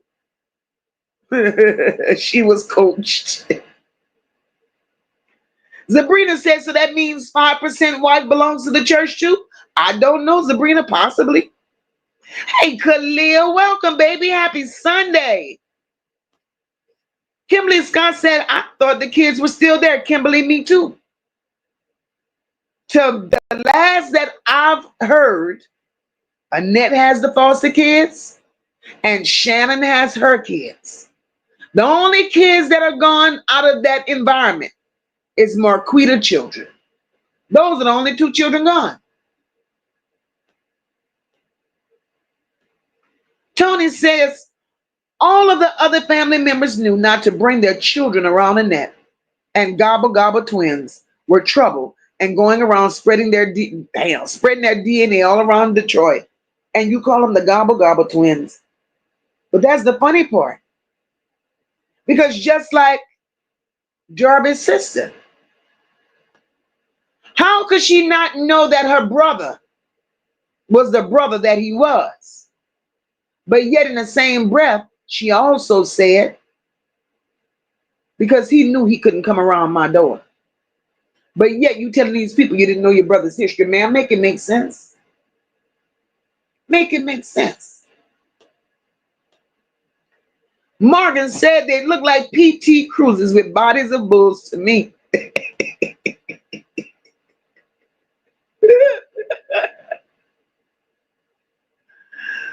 Gina, you've been on this lady wig forever. Gina said anybody with a wig that stiff ain't got good sense, you ask me.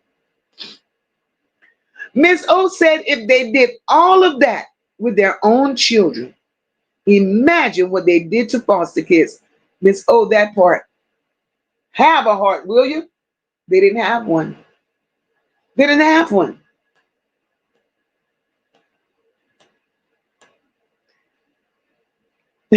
Kimberly said Silverback 1 and Silverback 2 were just disability checks for Annette. Just look at them.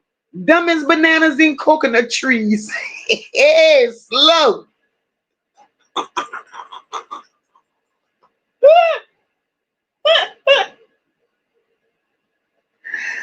And that's it. That's all. I do believe that they got checks. Hell.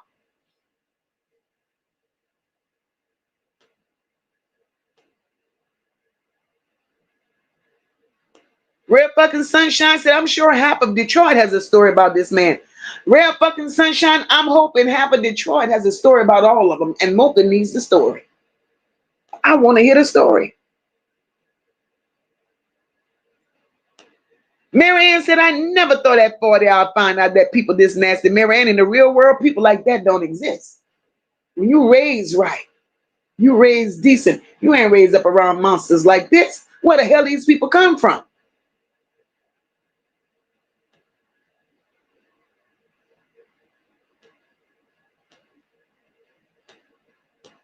Rock says those children were in servitude. I believe they had no quality of life outside of school, which Ziyah loved. That's why Ziyah always, but look, Ziyah always got up to go to school. She was happy. That was her happy place. But what gets me, Annette is receiving all of this income on these children, right? That video that surfaced, you know, the cussing granny. The holier than thou granny. You got these children in a circle early in the morning, cussing them out. Lord's dogs.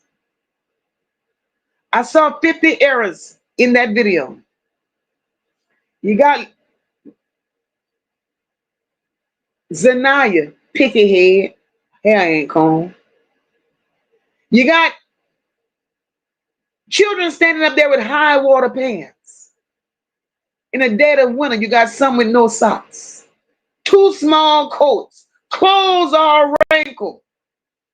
And Shannon big ass there cheering on. Like that shit was acceptable. These people live trifling. They live nasty.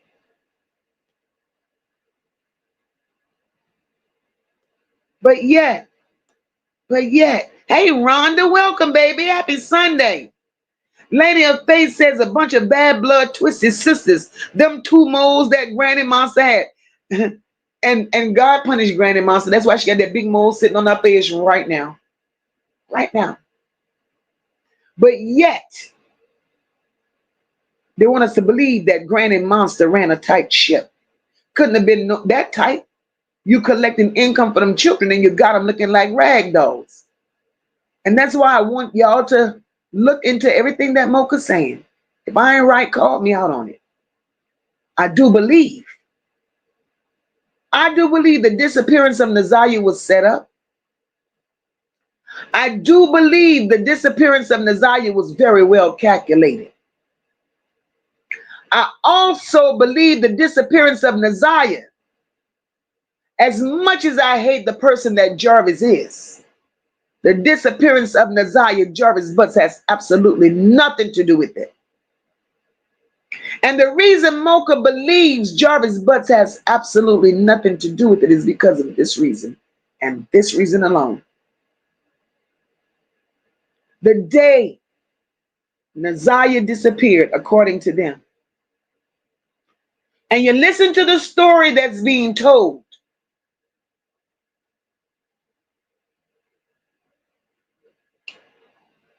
Annette said she bring those children to school and she pick them up every day. The day in question, Ziyah was the only one that went to school that day. The only one. The other children didn't go to school. So why would y'all send Ziyah to school that day and not send the rest? And all of a sudden the story is told that she got off of the bus and just disappeared. Make it make sense. But we do know Ziyah also went home after school that day. I don't give a fuck what they say. Ziyah did go home after school that day. Because how else would the school tablet end up in Annette's house? Ziyah went home, she changed her clothes. Shannon picked up the phone and called Jarvis. Hey, Jarvis, toot her home. Frank lied about going to AutoZone.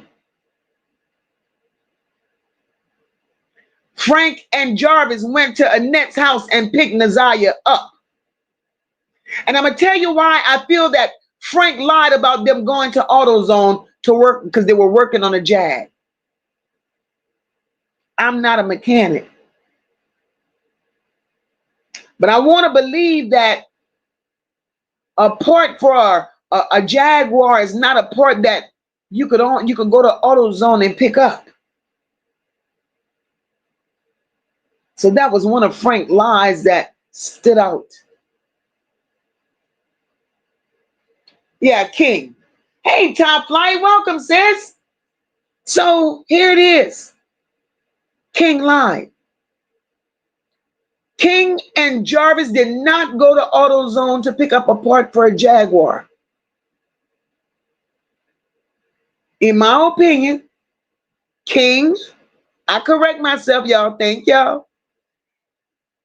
In my opinion, King.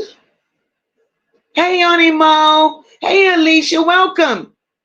In my opinion, King and Jarvis went to Annette's house and picked Ziyah up.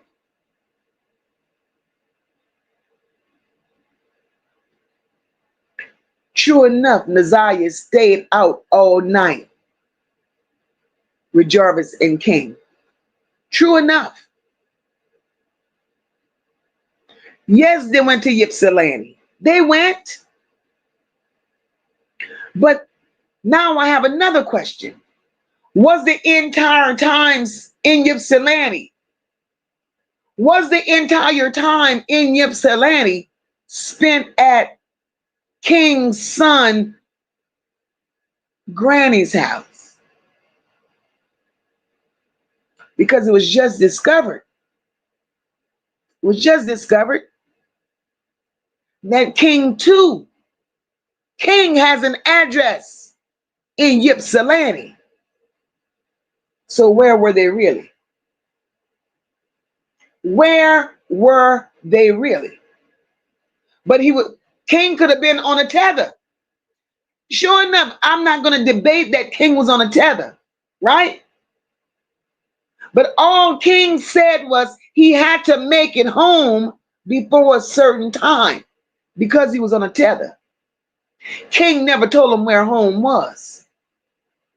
And there's an address with King listed in Ypsilanti.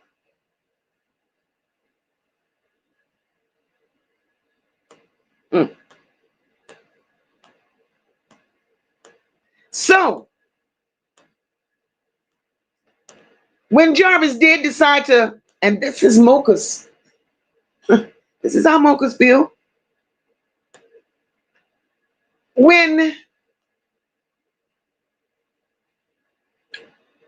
Jarvis did bring Ziyah back home, When Jarvis did bring Ziyah back home, right?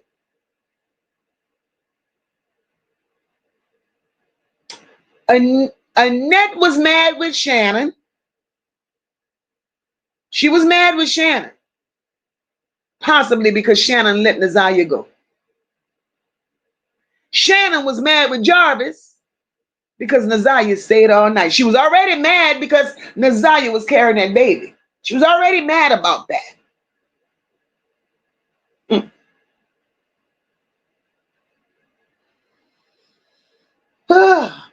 She was already mad about that. So when Tudor did get home, and I'm only sharing with you guys how I see it. When Ziyah did get home, Shannon went ape shit. NYC girl, hey baby, happy Sunday. Shannon went ape shit.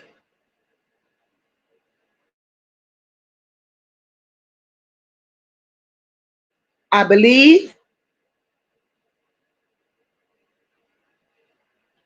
do believe Shannon and Marquita at the instructions of Annette. This is what I believe happened. They beat the shit out of Ziyah. I believe that to be true.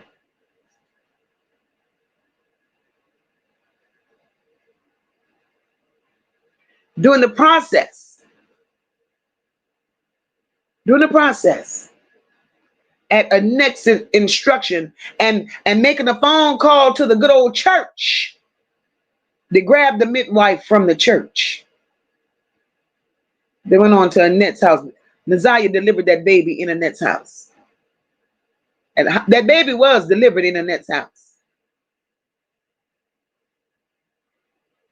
Ziyah bled to a point to where it scared the shit out of all of them. They didn't know what was going on, right?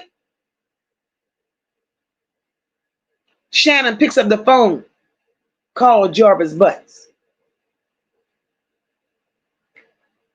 Jarvis gets there and she threatened Jarvis, you go do something. You go help me do this, because if you don't, you already got essay charges all over the places, and I'm going to tell these people what you got going on.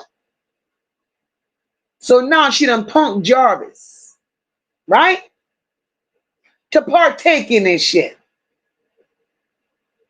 Jarvis, as sick as Jarvis is as a person, I'm going to always say Jarvis loved Ziyah in a twisted kind of way. Ziyah was the right age for them to primp and prime her into whatever they wanted her to be later on in life for their benefits. Jarvis did not want to hurt Ziyah. I'm going to tell y'all what I feel happened now. They gave Ziyah to Jarvis so Jarvis could get rid of Ziyah. Jarvis in turn did not get rid of Ziyah. He did not. Jarvis drove around and Ziyah was in the condition that she was in. Jarvis took Ziyah and brought Ziyah to the other baby mama house, the one that testified in court, the one whose car he was driving. Jarvis took Ziyah there. That's how Ziyah's glasses ended up in the woman's back seat. Jarvis left Ziyah there, and that woman cleaned Ziyah up for Jarvis. Jarvis riding around Detroit, high as a kite. That's how he banged up that woman's car. He's scared, he's high. Jarvis is a sick pedo. Jarvis is not a killer. Jarvis had this woman clean Ziyah up. Jarvis made several phone calls. Jarvis knew what type of ring he was dealing with. Jarvis knew the people that they were dealing with. I believe Jarvis called the Arabs Jarvis called the Arab. The Arabs made a connection. The connection made a connection to the Jehovah Church of Shalom.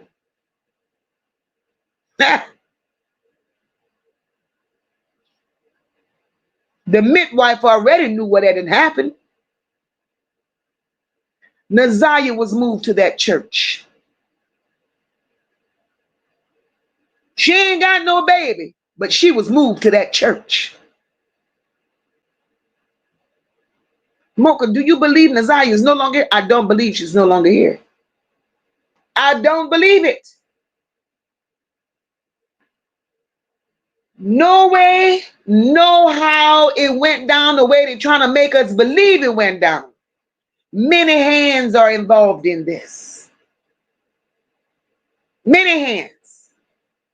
The Arabs know what time it is. Who knows if Arabs ain't called City Hall? Who knows if the Arabs didn't call Kim Worthless? Who knows? But I do believe. And at the end of the day, if I'm wrong, I could stand on my shit. But at the end of the day, I do believe Ziyah ended up at that church. Hey, Rozzy, welcome, boo. And hey, LA, welcome, brother. And because, in my opinion, and because shit happened the way it happened, the church got exposed. Once the church got exposed, y'all, why? Why once the church got exposed, did they kick Annette out? Because it's not making sense to me. They kicked Annette out once the church got exposed. Right? So if y'all had nothing to hide, if y'all were not a part of this shit, why would you kick her out? Why would you kick her out? And if it wasn't factual that y'all were part of a ring and we openly discussed it, why would y'all take all the pictures of the little improperly dressed girls off of your Facebook page where they're sitting there no more than 6 or 7 years old, ready to go off to market? Why would you take them off your page if you had nothing to hide?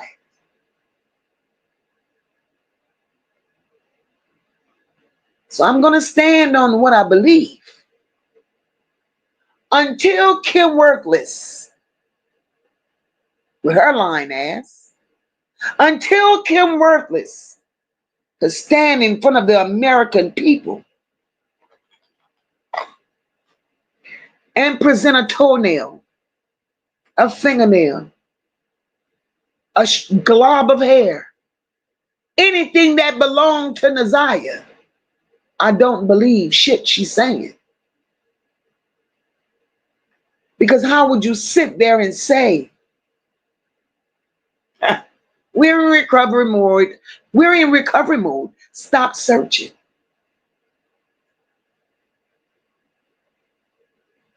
Makes no sense. Makes no sense. Let me grab some of these comments.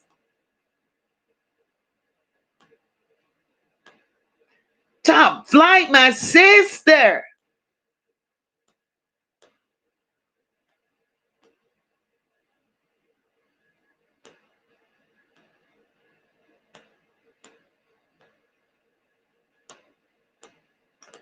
Let me see where I'm at. I'm trying to grab them comments.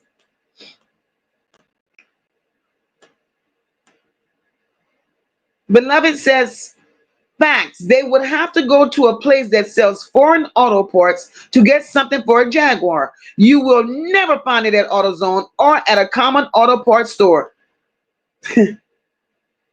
Beloved, I thought of that. And I kept replaying it. And I'm like, this nigga keeps saying he worked on a Jaguar. He had to go to AutoZone and get a part. No, you lost me with that one. There's no way you could go to AutoZone in no AutoZone and get a part for a Jaguar. No, no, no, no, no, no. P.S. Lovely said, yep, Mocha, I believe this way too. She went home and changed. They allowed her to say she was going to the shop. Everything was in play. Exactly. That's how I feel. Hey, Ken, you're welcome, boo. That's how I've always felt. Drea, hey, baby, salute. Happy Sunday. Honestly, that's how I've always felt. Sabrina says, you're right, Mocha. AutoZone don't carry parts for a Jaguar.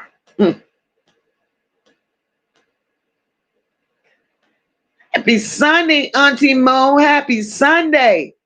Tony says Shannon knew who lived at their address when she gave her the directions. She set that baby up because she had already got wind of what was going on.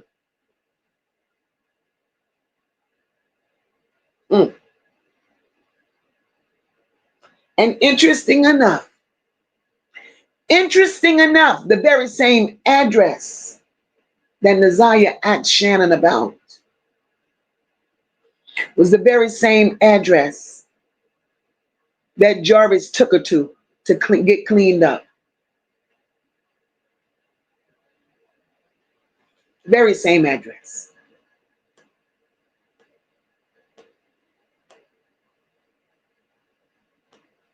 Right, Rosalind? Rosalind said, you got to order the part, but it wouldn't have been from AutoZone.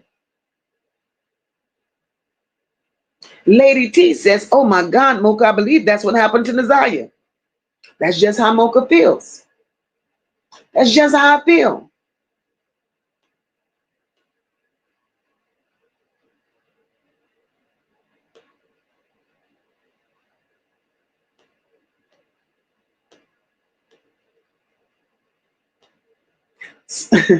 Sunshine says, love you, Mocha. You have me over here cracking up. I love the way you be going up, girl. Thank you. Morgan says Ziyah was just tagging along with them two freaks of men like it was normal. Morgan, that's the sad part. Morgan, that's the sad part. To her, it was normal. It was normal.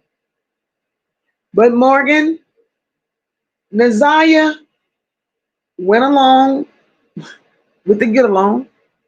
She was comfortable with Jarvis. She was comfortable. She was comfortable enough to know that in her little mind, in her heart, she felt that I'm carrying this man's baby. He's not going to hurt me. He says he loves me. I'm feeling love and thinking love from a 13-year-old perspective. And she really believed that that man loved her. If she was in danger, she didn't know, because she was moving and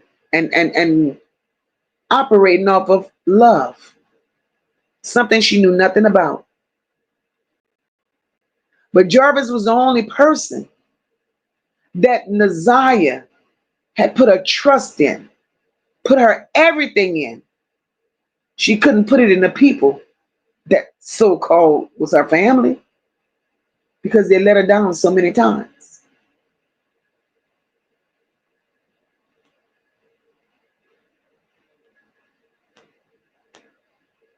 Queen Lido said, I said the same thing, Mocha. King said they forgot a part and had to turn around and go back, but I don't think they forgot the part. They just didn't see Ziyah the first time, so they made a block. Exactly. Exactly.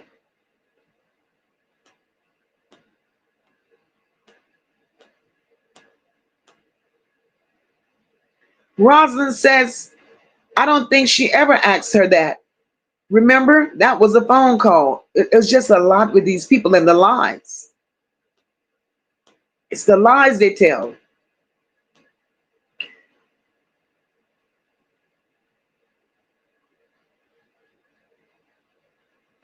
Oh, damn. Gina, you crazy, yeah. Gina says, Shan, looks like she shits days old cabbage and Jarhead looks like his mother. Y'all are crazy. Antoinette said, but them alphabet people never checked out that lady's house in Ypsilanti for that baby. Antoinette, we don't know. We don't know. All we know about what the alphabet people did with that lady, all we know is they confiscated her car. That's all we know. All we know.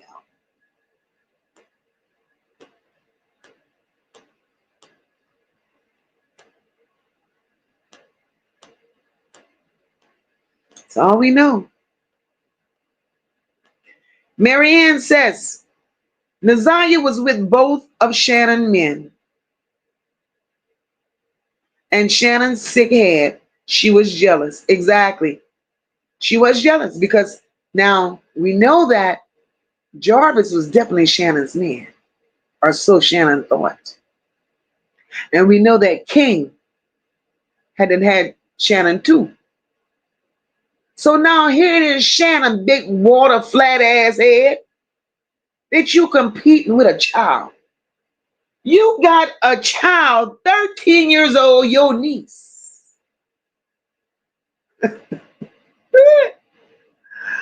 You big bad body worthless heifer. Your niece and took 2 men from you. Not 1, Shannon, but 2. So Shannon, what does that say for you? Shannon, you're looking how you're looking. And looking how you're looking, I could only imagine the smell that came along with it. You let a 13-year-old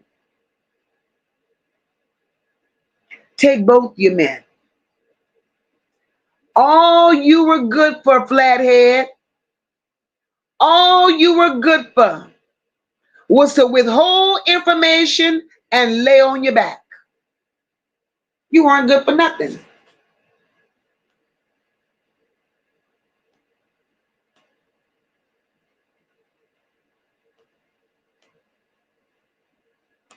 Exactly, Patricia. Mucinex went back shit that night. She went back shit crazy that night. And Marquita was there. See, Marquita, a smart flathead bitch. And what makes Marquita a smart flathead one? Marquita know that this shit ain't over. Marquita knows that this is far from over, right? So Marquita is thinking ahead. Marquita got rid of her children before shit got ugly. Marquita got rid of her children before they haul her big ass away. Shannon can't get rid of hers. Where she gonna send them? She can't send them to DPD with Jarvis.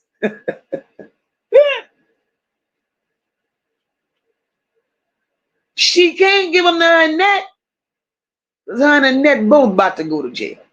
So Shannon's children will eventually end up wards of the state.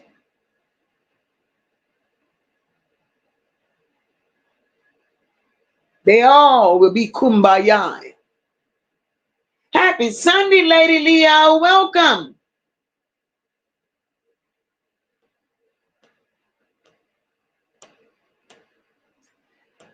P.S. Lovely said they already knew. Grandma Monster knew she was done. Ziyah was a strong little girl within herself, but she was done. Yeah. Ziyah had a heart of a lion. And I believe from the videos I see, from the way Ziyah carried herself, from the way she displayed herself, I believe Ziyah was a little me. I believe they said shit to Ziyah and Ziyah snapped back. She answered them in all the wrong ways. Ziyah appeared to be one of those children, although she appeared very meek, mild, and humble. I also believe Ziyah would tell those bitches where to sit down and get off at. She was tired of cleaning. She was tired of babysitting. She was tired of doing everything that these big bobblehead bitches in that house should have been doing, and they put all the responsibility on her. Ziyah had a caring heart. She took care of all of Shannon's children, only for Shannon in return,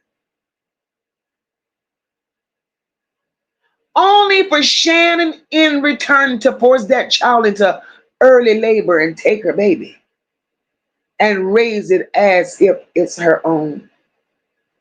And now dumb Shannon goes to the court and she wants to file paternity on Jarvis for her kids.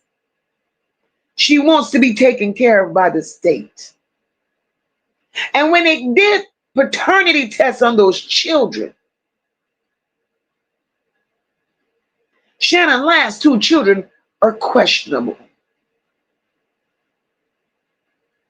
DNA was done.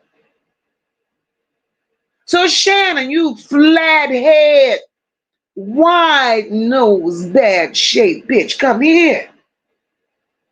Let us know why your last two children were questionable, Shannon. I believe the oldest of the two is questionable because that's not for Jarvis, that's for King. And I believe the last one is questionable because it's definitely for Jarvis, but it's not for you. Make it make sense.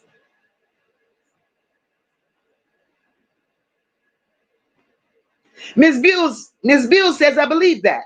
In his twisted way, he did care for her, he did. Tony says, MOCA, Shannon is still dropping videos of Ziyah and her daughter at that motel. Them videos should get Shannon a RICO charge. It should. It should.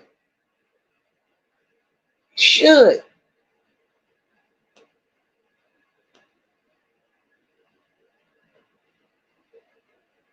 Lady T says, MOCA, I believe your theory. Good God, help us all. Prayers for Ziyah. Antoinette said, this is a big old mess.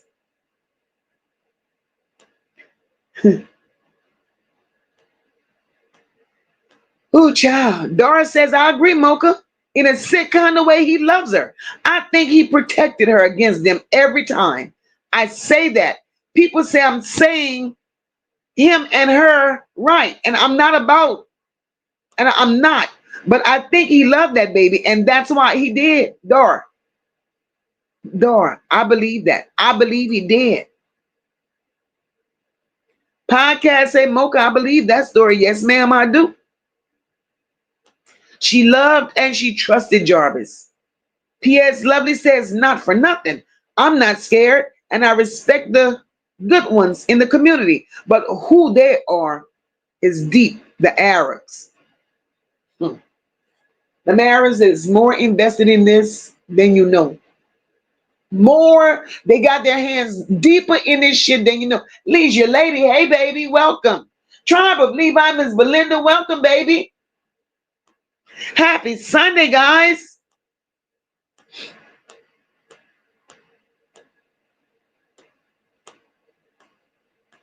This shit is crazy.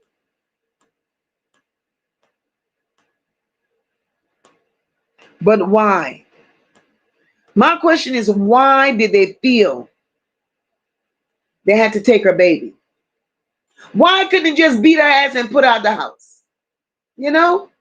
They bought all this unnecessary shit on them, and then they're trying to cover it up and lie and drag so many other people down this nastiness and all this confusion right along with them.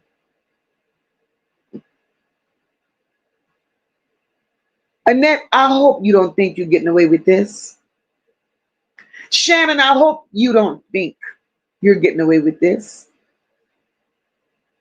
Marquita, for the little part you played, you will not get away with this.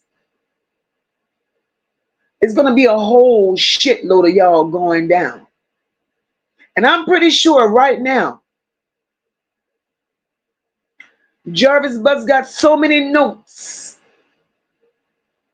that he's writing.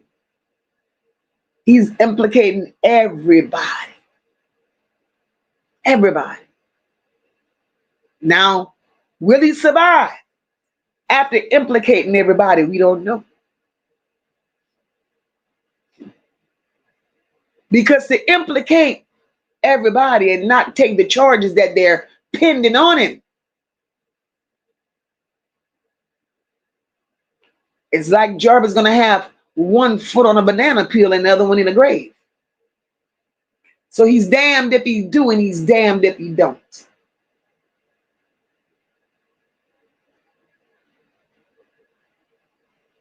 Sabrina said they kicked her out because they didn't want her to know they had Ziyah. Sabrina, that church. At that church, the most goes on there. And I will continue to say it. And I will continue to expose this church. I will continue to bring things out about this church because this church needs to be investigated. Get rid of them. Because that church is there to ruin the community. That church is a harboring spot. Jarvis is locked up. How many more Jarvises are out there running in the streets of Detroit, being groomed by the Arabs, being groomed by those in office to snatch these children, groom these little girls, put them to work for you. Then when you're sick and tired of them, you send them to the church. The church finished grooming them until the church puts them on the auction block and sends them off. It's a chain of command. And the bottom of that chain is the church. That's where it stops in Detroit. But once that church sends them off, a whole new chain forms. But where are they going? Where are they going? Good night, ray of fucking sunshine. Good night, baby.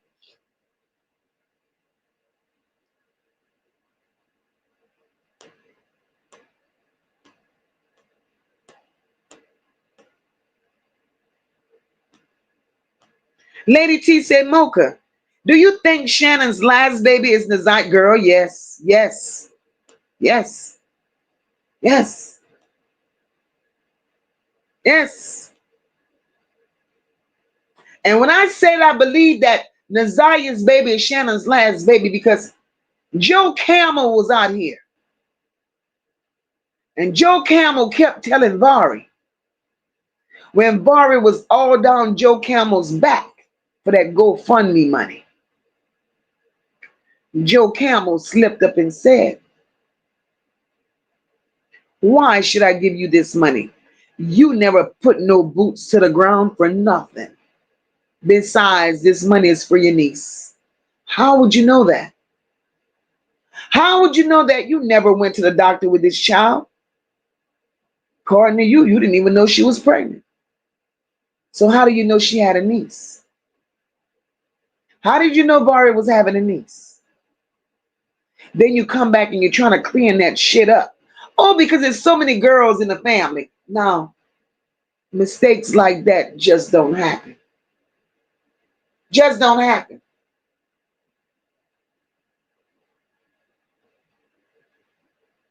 Shit like that don't happen.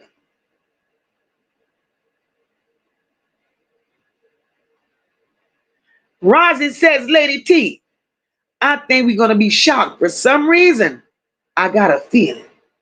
Rosie, I hope it's in a good way. Because I believe we're going to be shocked too, Rosie. I believe. Rosie, I believe my girl is going to be in that courtroom. Rosie, I believe my girl is going to be in that courtroom. She go without baby, but she going to be in that courtroom. I believe that.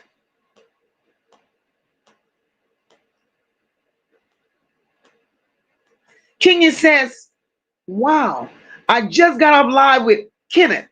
I had to run my mouth. He's a liar and wanted to talk about unnecessary things, then ask for money. That man is beyond crazy. I'm sorry, girl. Kenya, you got good time.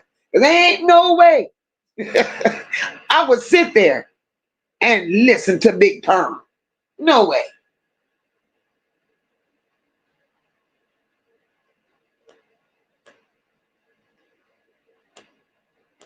Crazy.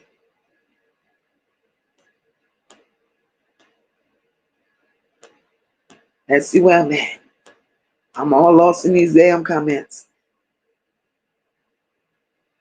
Kenya says, Kenneth definitely said, watch what you say because I have people on here and you will be found in the river here. I said, oh, so you do know where Ziyah at, huh?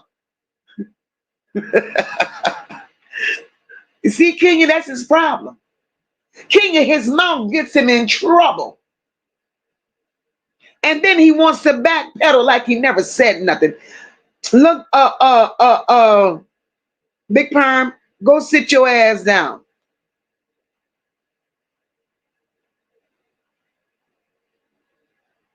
Damn, Gina. Gina said, and I absolutely can't stand to see that pic of Grand Monster pretending to cry. She looks like a bullfrog trying to take a shit.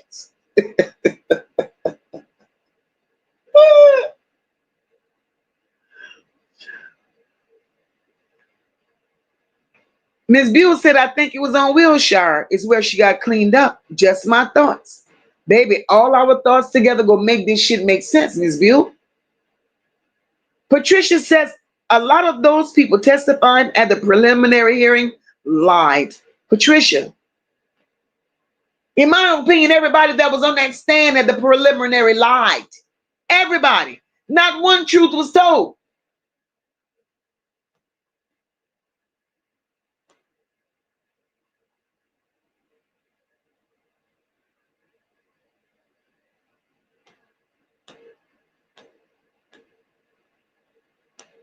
Exactly, podcast. And Ziyah was just looking for love. Beloved said, I agree. Even though she was having, sexual relations with this man, she was still a child. With a child and way of thinking. She believed what he said. She trusted him and she loved him. Exactly.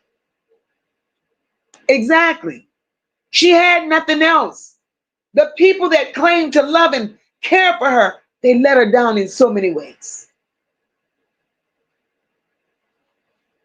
Miss Wish, girl, I just recognized you up in here. Welcome. Then she said, I got to get up hour now. All right, my love. Thank you for stopping by, babe.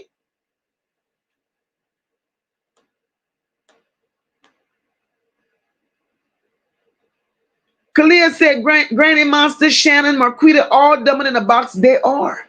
They are. They are.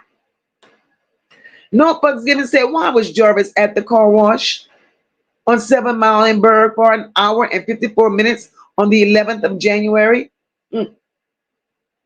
I'll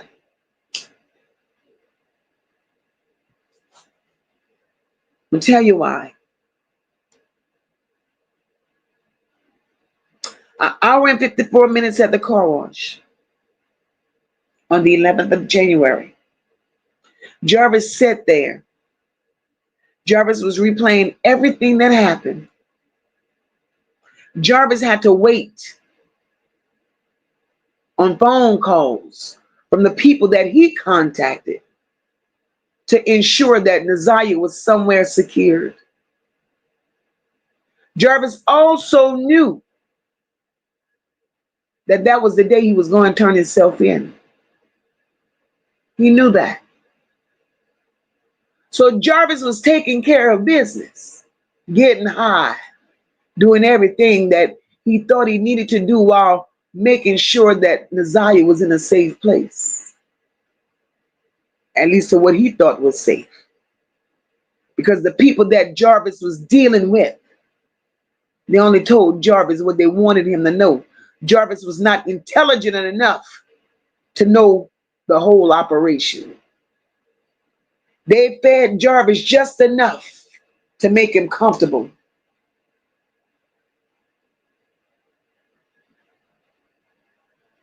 They gave him just enough to be comfortable. Jarvis didn't know the ins and outs of the operation. And I'm sure while he's in there, he's still in contact with those people out here. Just like he made the phone call to King to make sure King had the key to the gate. And that was after he was locked up.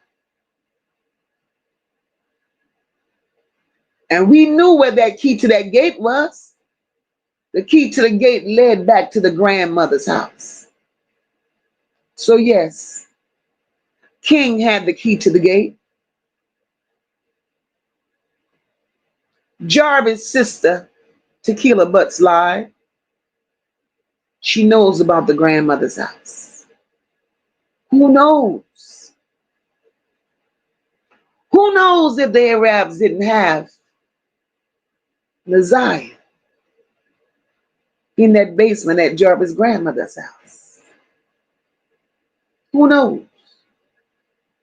Because the 20-year survivor told us about that house from 20 years ago. And just a few years ago, Jarvis asked King, or King asked Jarvis about the key to the gate. And the house was still functional.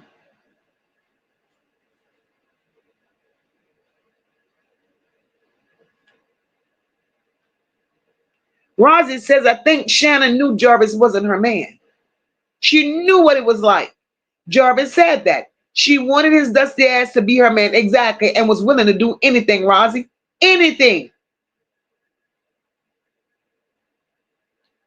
Podcast said, I call them Dumb and Dumber, remember? They're twins with the same birthday, and they're the same age.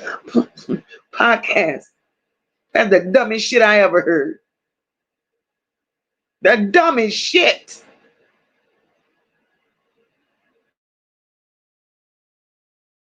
Khalil said Kim Worthless needs to be kicked off the case. Kim Worthless just needs to be kicked, period.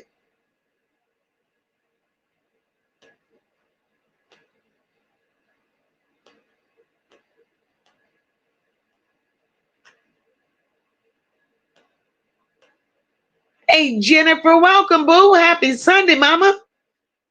Sunshine says Shannon big back ass was jealous because that baby was very beautiful. And she looks like a big back Ninja Turtle. Oh, Lord. Oh, Lord.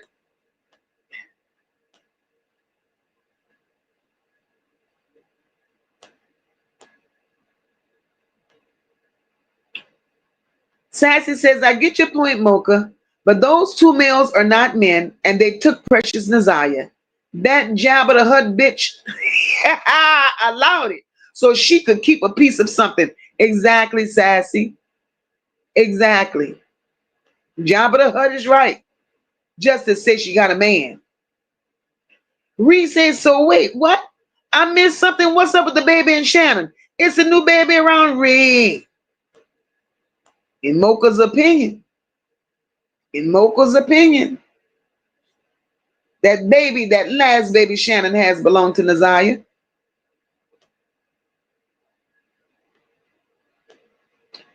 Just Mona said the big mouth bass won't take the children. Hell no, Mona. The big mouth bass ain't got custody of her own children. So why would she take somebody else's damn children?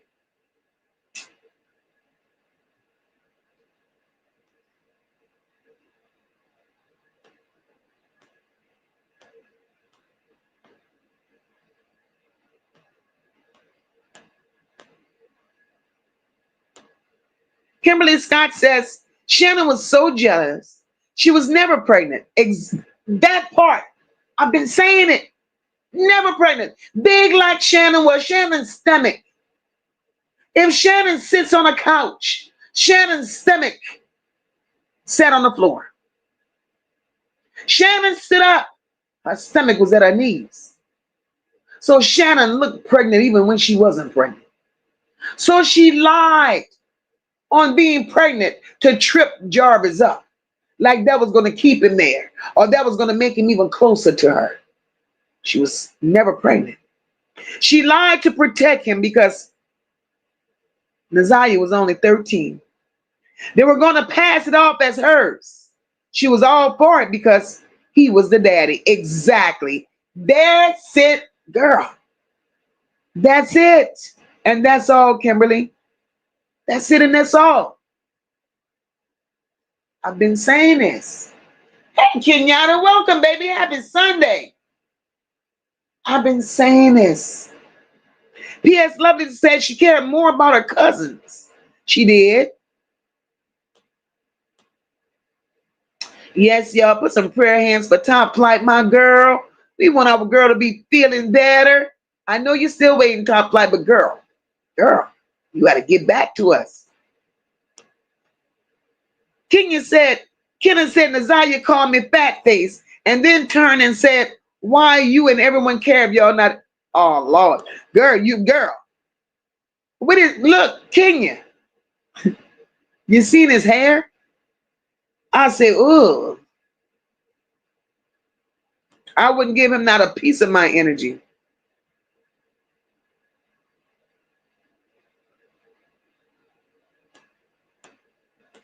Exactly. Booger wolf bitches. That's just what it is. Patricia says, in my opinion, Mucinex texted baby girl that day and threatened her. And that's why she asked for the counselor. She was about to speak on what was going on in that house. Patricia, and that's where I have a problem. Right? So is these people at that school, were they under the control of Annette? Were they under the control of people in the city? Who were they under the control of? Because whether it was Ziyah or any other child that was laying on that floor in that school, crying and begging and pleading for help, why was she overlooked? Why was her situation not addressed? Why would they leave her there? The fact that they left her on that floor, right? They knew. So that meant Shannon and Annette both knew how Ziyah was feeling that day. Ziyah felt that they didn't come see for her. Nobody cared. Ziyah said, fuck it. She went home. Just left in school all day. Ziyah said, fuck it. She went home, changed her clothes. Ziyah left to be with Jarvis. Jarvis made her feel safe. Although he may have had his way with her that day, I'm not sure if he even did. Especially if she was on that floor all curled up and cramping, and I don't think he had his way with her that day. I really don't. And the only reason I say I don't think he had his way with her that day is because of the amount of pain she was in at that school that day. Hey, Dom, welcome, baby. It's Reba, my sister. Hey, girl. It's a lot to this. That's right, Lady T. Everybody in the world cares about Ziyah, except for her family. Except for her family. Tony said, what did Shannon done behind me when she said Jarvis can pass it? They need to investigate Shannon thoroughly and get the answer for what she meant by that exactly.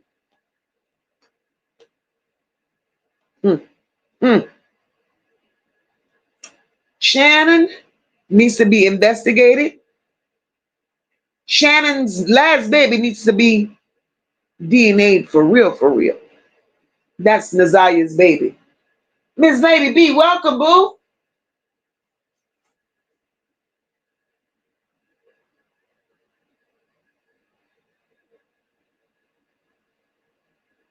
Auntie Mo said using her to break her down.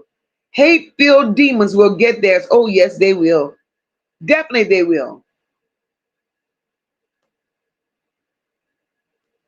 Definitely they will. And right, Kimberly, all Jarvis kids look alike. All Jarvis kids look alike. That's exactly why Shannon felt she could have passed Ziyah's baby off as hers. All of them look alike.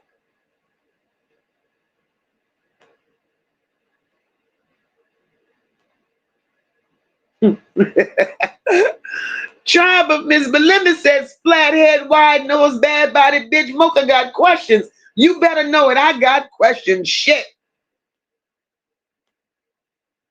Leisure lady. Hey, love.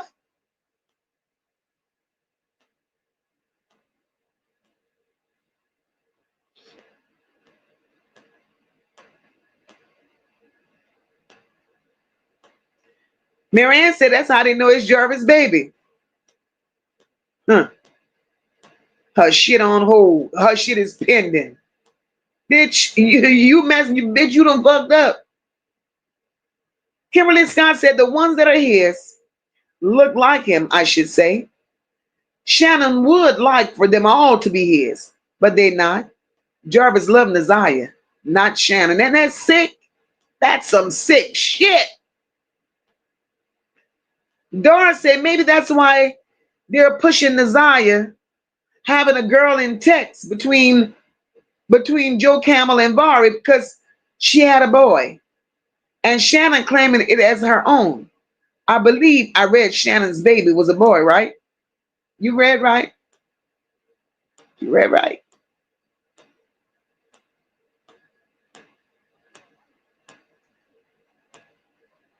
No fucks given said Ziyah was a protector over all the kids to keep them from the trauma she had to go through. She was. Ziyah was a fighter.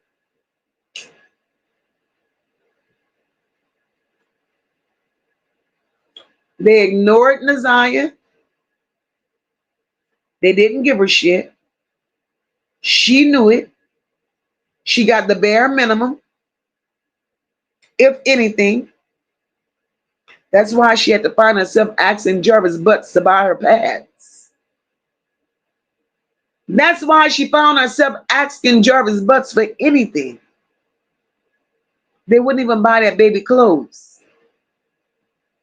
Clothes hadn't got too small for Ziyah, or hand-me-downs that was too big for Ziyah. Ziyah took a pair of scissors and created new clothes. Ziyah was a gifted child. Ziyah had a talent that they could only imagine. So in MOCA's opinion, not one person in that family that pretended to care about Ziyah, they none get a pass. Because this shit with Ziyah didn't just start happening when we heard about it. This abuse with this child has been going on her entire life. And they all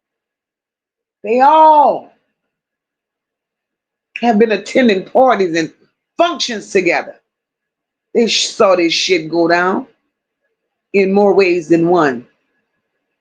And nobody said nothing. And it probably would have not happened to Ziyah had they said something when it started happening to the kids before Ziyah. So they're all just as wrong. Exactly, leisurely, it's eating their ass up.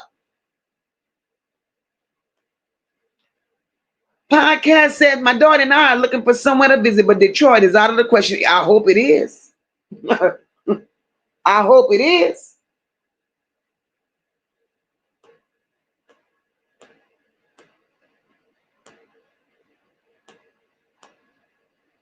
Morgan said they thrive in chaos and confusion. Isn't that horrible?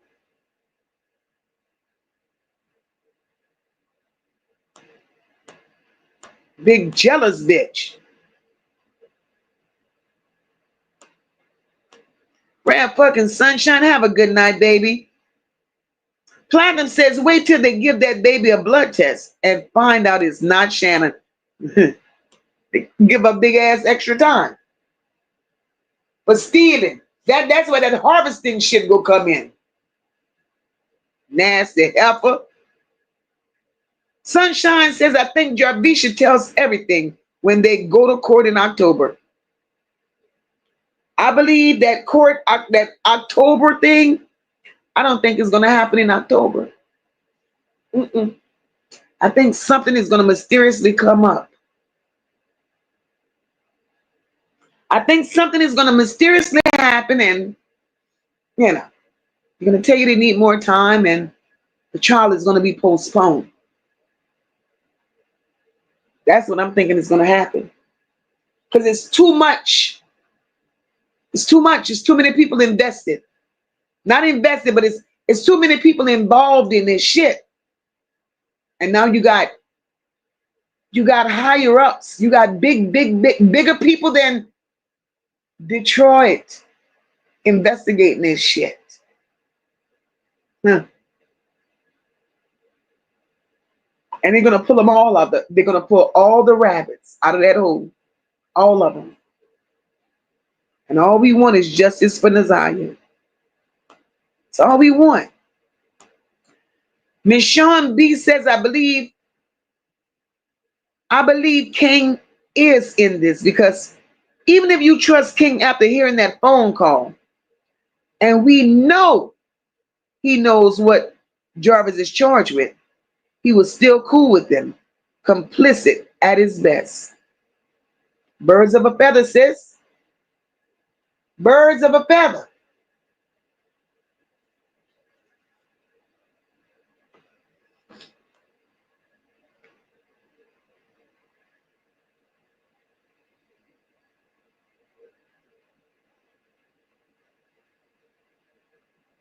Right, Christian. You told her right. And I tell that to Sassy all the time. We're all invested. But Sassy, you gotta be careful. Be careful, sis.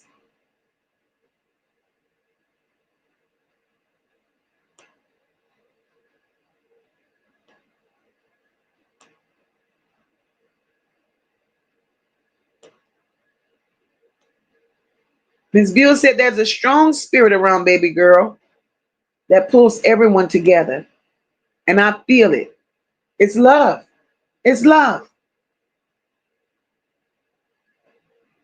Morgan says, I think they're using her baby as a bargaining tool. Shannon thinks it's something she's going to get away with. She thinks she's going to get away with something, but she's not. You big helper, God ain't going to let you.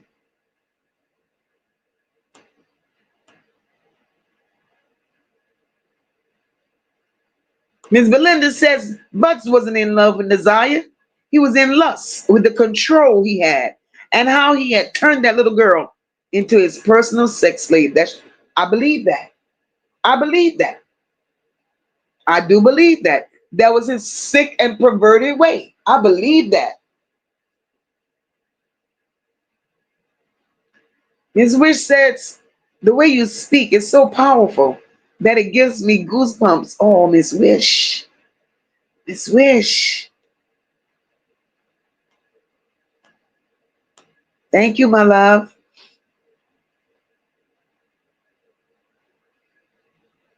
No first given said Platinum. They said the baby DNA is on hold until the trial is over. Kimberly Scott says, I think a couple of Shannon's babies are Ziyah's. Allegedly, the baby was pregnant 3 times.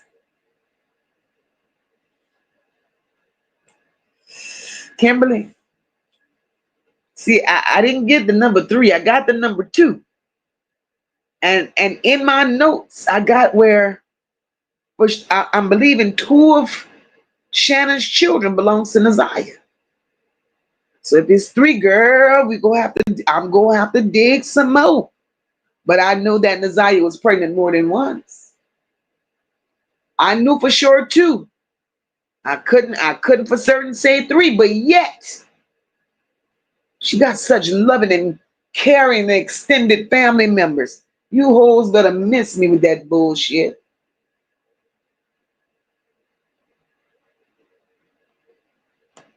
And yes, you do, Christian. You tell me the same thing Miss Wish did all the time.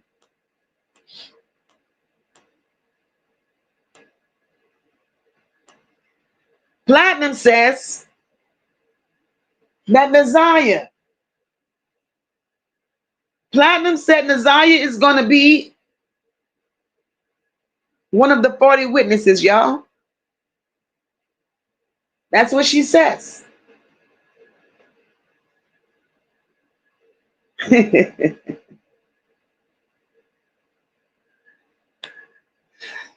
it's possible. It's possible. Hang tight, guys. I'll be right back. Fuck the cover-ups, we ain't keeping quiet. This pain too loud, feel the mother's riot. Now Ziyah ain't a hashtag, she was someone's baby. Now the courtroom stankin', the whole shit shady. Biohazard suits when the truth come out. They full of shit, yeah, we call it out. We don't need a trial, just bring the gavel. Cause the devil's in Detroit and it's time to unravel. 2 hours deep, truth spill like shots. MOCA lit the match, now the lies get hot. Nola bells riding, they don't fold, they press. While they fake on camera, we expose that mess. One said if that child stepped foot in court, better call the medics, bodies gon' contort. That's real pain, not a script or show. That's a war cry, scream from the soul below. They tried to deny her, cover their eyes, but karma low clips and the silence dies. Boom.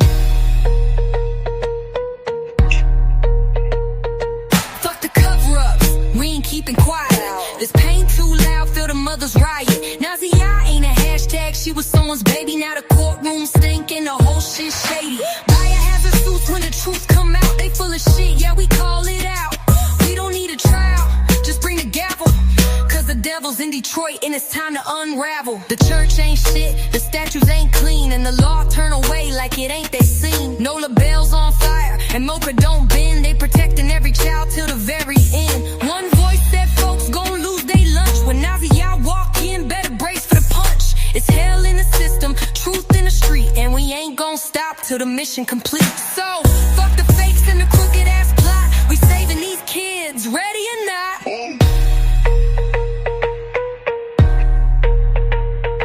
Fuck the cover-ups, we ain't keeping quiet. This pain too loud, feel the mother's riot. Now Ziyah ain't a hashtag, she was someone's baby. Now the courtroom stankin', the whole shit shady. Biohazard suits when the truth come out. They full of shit, yeah, we call it out. We don't need a trial, just bring the gavel. Cause the devil's in Detroit and it's time to unravel. MOCA got receipts and the bells got vision. This ain't just talk, it's divine precision. They laugh on live, but the babies cry. So we loud as fuck till the whole truth fly. You can't play God when the blood on your hands, and we ain't backing down till we bury the scams. It's Detroit pain with a global echo. Every child we save is a blow to the devil. So stand with MOCA, ride with the bells. Cause silence in this war is a death knell.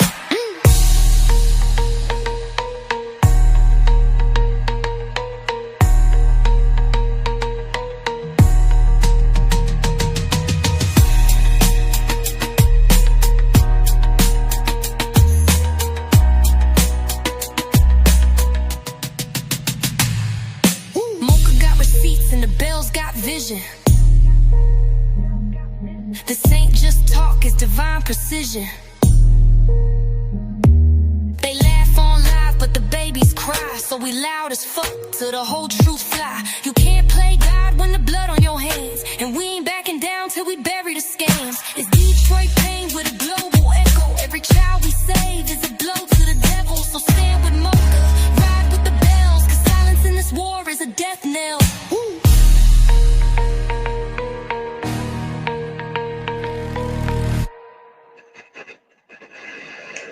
Child.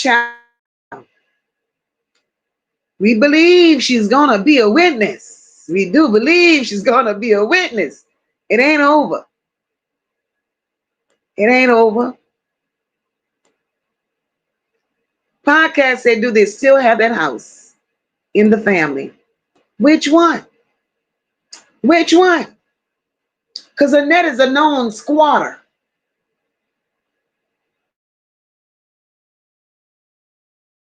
Do Annette look like she's financially able to have 3-4 different houses on the same block? And every person that Annette has encountered, lady, did some fixing up in that house. Jarvis did fixing up in that house. 5% did fixing up in that house. Every house that woman had was a fixer-upper. She was definitely a squatter.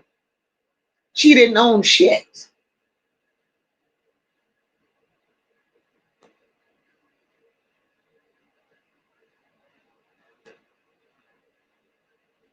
Terrific said, lady, I hope you know I wasn't. Okay, okay. That he wasn't talking to me. That was something in here.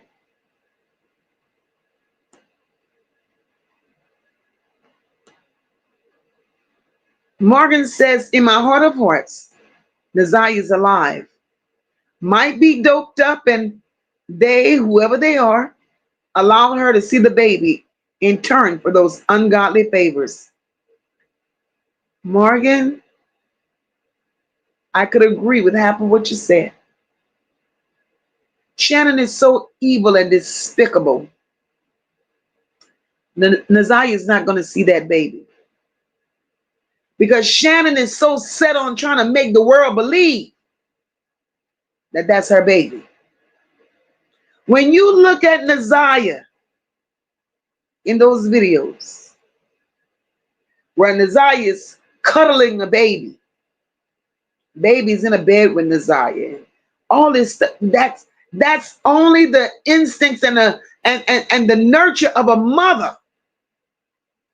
Ziyah would not be that intimate with somebody else's baby. That's hers. And Shannon knows that's Ziyah's baby. But for Ziyah to still be here, oh yeah, you better know she's something sweet. Hey, baby, happy Sunday. For her to be here, she's doped up. She's doped up.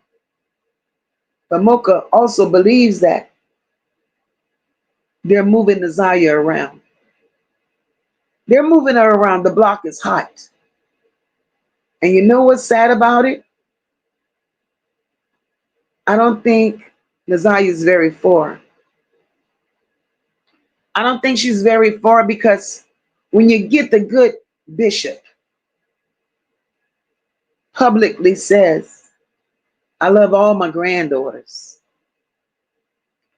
from Michigan to Ohio to Florida to Texas. Those are key places that he's calling out. He named 4 of the biggest trafficking hubs there is.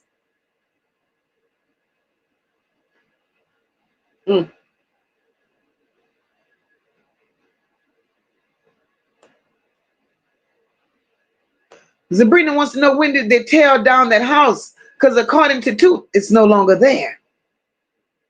I said, somebody told me the house was no longer there.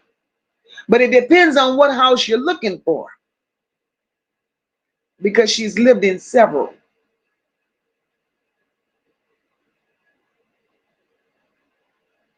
But to my knowledge, the house that she was living in, the house that Ziyah resided in with her right before her disappearance, that particular house is no longer there.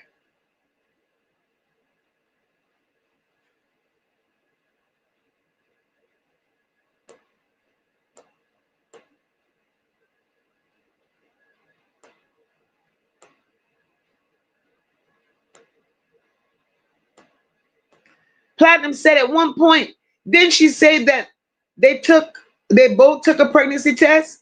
And then she said it was just her. That's exactly right, Plat. Bingo.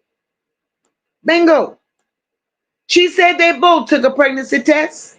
She mentioned Ziyah's, but she didn't mention hers. The hell?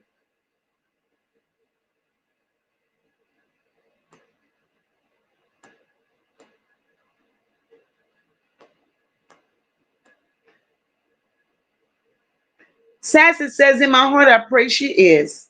And I pray she's with that mother lady. I truly believe lady has taken this time to clean herself up. Ziyah here or not.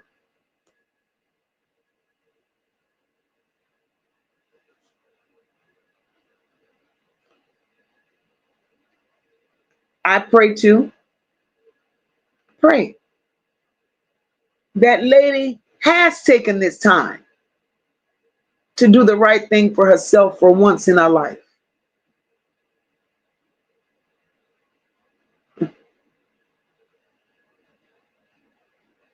But in a situation like this,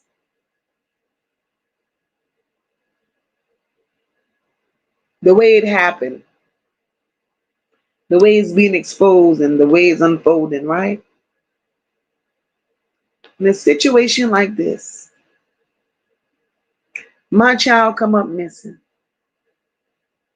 All these stories around surrounding my child disappearance. Ain't enough crack in the world could have kept me high. Just knowing she was missing, I'd have been sober instantly. Instantly.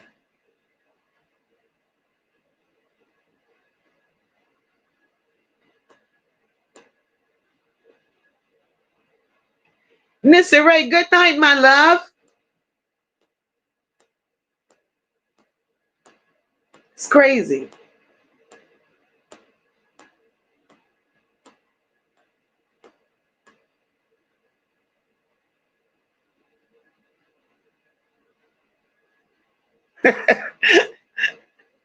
Latif said Top Flight should be home by Wednesday, hopefully, so she could finally eat some real food. That's all her greedy ass thinking about. Girl, look at Latif playing with your Top Flight.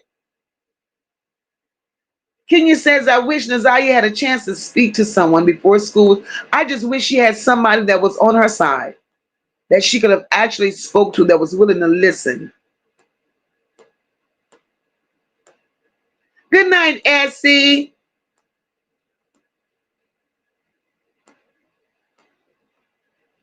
Sassy says, Mocha, I pray that sub teacher never needs CPR or anything for the rest of her days because karma is a bitch.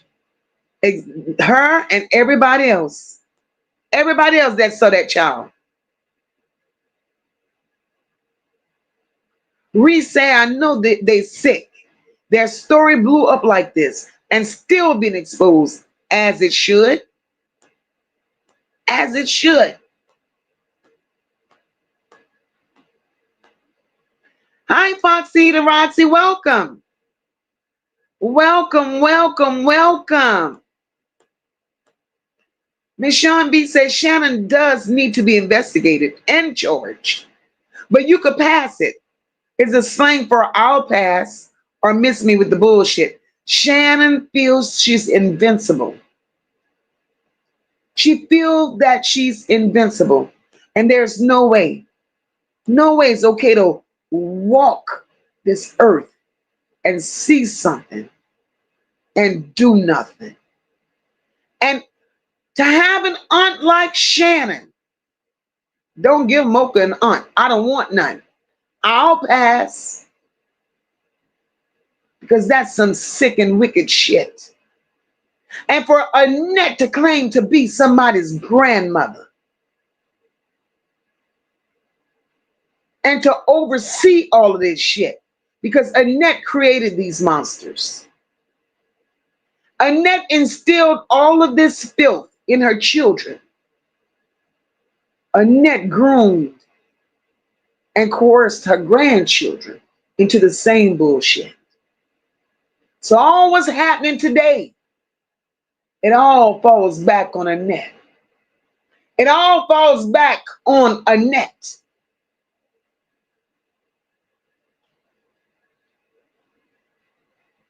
Exactly, Kenya. Ziyah was going through the worst, but yet she still smiled. Still smiled. Still danced. Such a beautiful child.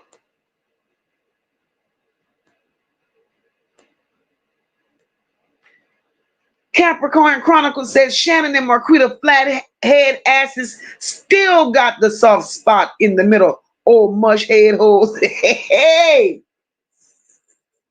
Fucking cradle head babies. Oh, Lord. Podcast, I just don't understand how every child that came through that family was abused or essayed. Just so sad. Podcast. It happened because the so-say overseer, the so-say elder of that family didn't give a damn. They were the problem. They encouraged that behavior. And she participated and she allowed it and she watched it and she encouraged it all for $1. She was getting paid to exploit her own grandbaby to these no good ass men. She was getting paid. Her own brother, Eric Gamble, gave her money, paid a light bill, got groceries, did whatever so he could be with that little girl. And I don't give a shit what nobody says. That picture, that video that's circulating of Ziyah and Eric Gamble, that's not a picture of her in the basement. That's a picture of Eric Gamble having her at that nasty ass trafficking in that motel. That's where he took her. And Annette knew all about it. She knew all about it.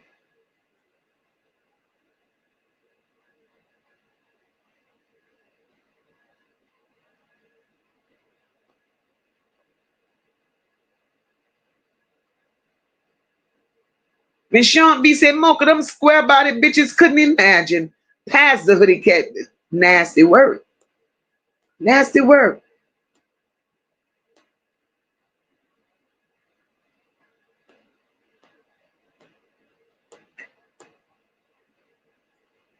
Kimberly Scott says, October is just jury selection, not trial. Exactly. Trial date is not yet set. And the go in June for more evidence, girl, it's gonna be a long one. It's gonna be a long one. Tony says, Mocha, did y'all see the jug of antifreeze on the floor at the birthday party? Tony, it's like it was antifreeze everywhere. What these bitches were investing in antifreeze? It was antifreeze everywhere. Why would antifreeze be in the house? All I know is Annette needs to be investigated, not just for the disappearance of Ziyah, but investigate her for the disappearance of other children on her watch. Investigate CPS because they know about it. They all need to be investigated.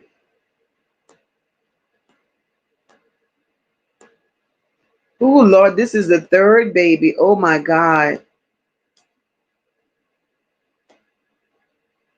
Podcast say, don't laugh at me, but did all of Granny Monster kids ride the little yellow bus? Yes, ma'am, and wore hammocks as well.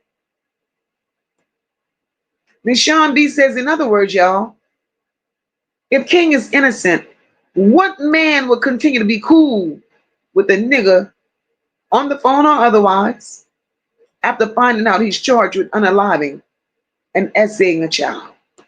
Birds of a feather. Sassy says Annette is so fucked up, she was squatting and still used the children for money. What is her addiction? Because she didn't live in luxury. She was on some shit. We just ain't figured it out yet. You squatting and getting all of that, all of these checks, but you're squatting. You're driving a ragged ass van that smokes. You're wearing wigs from Temu, $4.99. You're dressing ancient.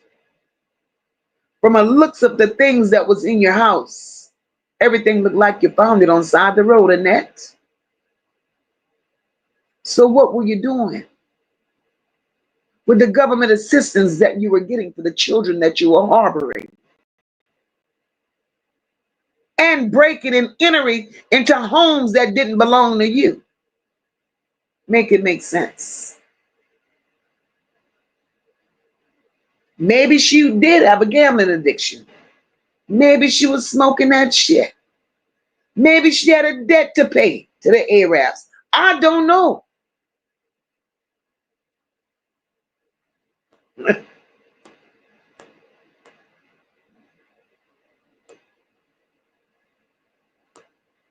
This is crazy.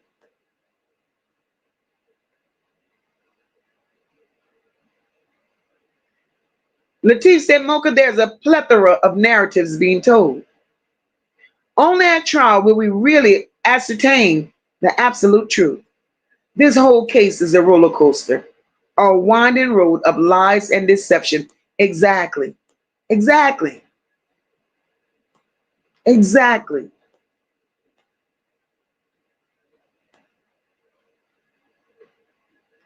Antoinette says, Kim Worthy got that baby in protective custody. No, she don't.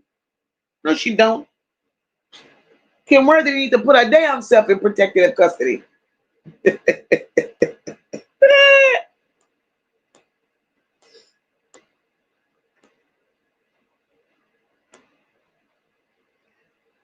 Tony says she's going to get a kidnapping charge.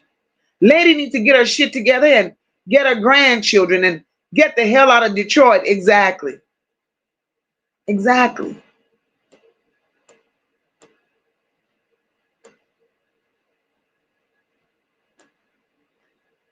Podcast says, I know that Granny Monster never owned a house. I think Frank was getting them houses for her. Every house she lived in. Every house she lived in. And from the ones that I was able to see, that Ronald McDonald color was in the neighborhood.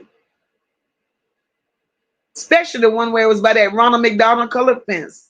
Hey, Juanita, welcome, boo. Virtual was Vanjie. Hey, my girl.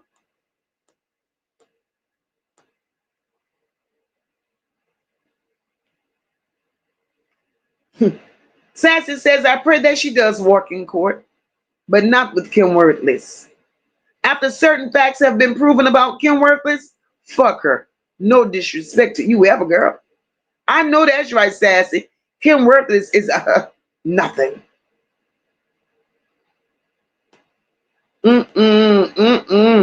Sunday Mac says, out of the entire family, not one single soul say, wait a minute, this shit ain't normal.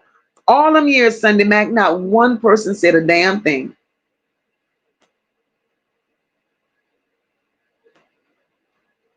Not one. Nisa said the house Toot was talking about wasn't Annette's house. That's a different story of a past victim. Juanita says, I think Annette have connection with that school. That's why Ziyah didn't get the help she needed. Juanita, I believe Annette got connection with a whole lot of people that we know nothing about. She got connection with the higher ups for sure. For sure.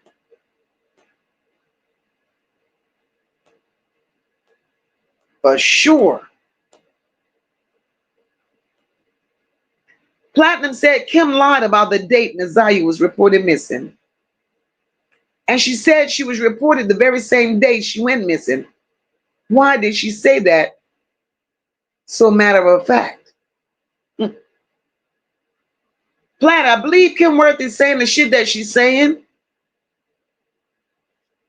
because Kim Worth is being paid, in my opinion, to say the shit that she's saying. Platinum, in my opinion, I believe that Kim Worthy is on payroll. All Kim Worthy wants is a conviction. She don't care what it takes to get a conviction. She don't care who she got to step on. She don't care who she got to use. She don't give a damn who she got to throw under the bus. Jarvis is the perfect suspect. He fits the description for everything that she's attempting to charge him with. Only because he has a history. She's being paid to implicate Jarvis.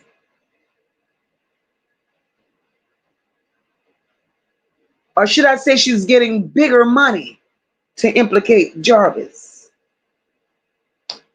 Because when the ball really drops, once again, Kim Worthy name will come up. Just like her name came up with the Diddy bullshit. Her name will come up. Her name will come up with that pedal ring. being a head prosecutor and all this shit going on under your watch. And you mean to tell me you can't make no convictions? You don't know shit? Now she's being paid.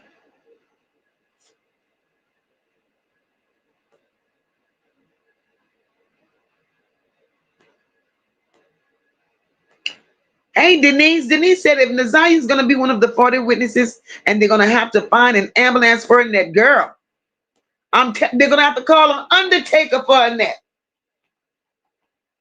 Huh. And they're going to be on standby with diapers for Shannon because that big bitch go shit all over herself.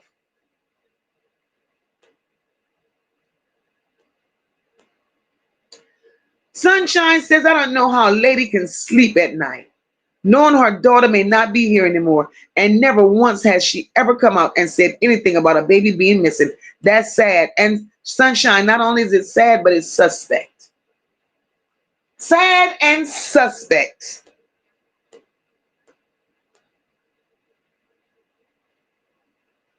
Star says, so shouldn't King get accessory to the crime with this lying-ass Star? If that investigation go the way it should go, King go end up with more than accessory. More than accessory, because King played a part. Sassy says, right, MOCA, but the day Ziyah was on that floor could have changed so much if she would have called 911. Exactly, Sassy. We wouldn't be here today. We wouldn't be here today. Light 'em Up says she may feel whatever the fuck she feel, but we see, hear, and know what we know. Under the jail or under a rock hole. I know that's right, Light 'em Up. Start say the twins are skinny now. They took a hit of what Lady was having. Star, them bitches done took a hit of Ziyah.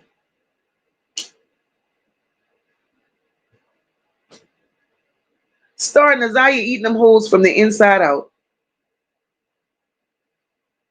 Podcast said, MOCA, they didn't expect Ziyah's story would get this much attention. Podcast, they really didn't. And shout out to Mark D for that. Shout out to Mark D for that. Because if Mark D would have not brought it here to us, we wouldn't be able to talk about this. But imagine how many more stories, how many more missing children in Detroit on Kim Worthy, the lead prosecutor's watch. How many other children missing still today and just got swept under the rug? How many? Nobody's being charged with the disappearance of these children. But yet Kim Worthy still sits in leadership position as the lead prosecutor. You go searching for one missing child and you end up with 10 more. Kim Worthy couldn't tell me shit. Hey, Christian, welcome, boo. Hey, Jane Doe, welcome. Juanita says, I wonder why Shannon decided to go and get a DNA test the day after Ziyah went missing. She had all the time in the world to do that. She thought she was smarter than a 5th grader when she did that. She thought those people wasn't going to question the paternity of her children.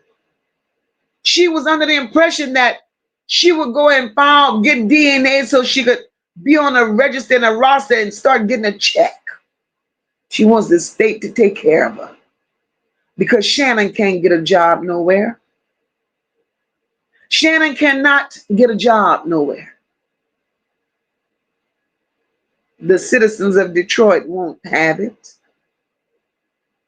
Shannon should have charges from way back when.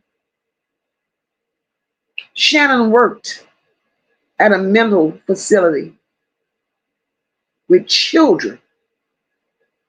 Her and Marquita both.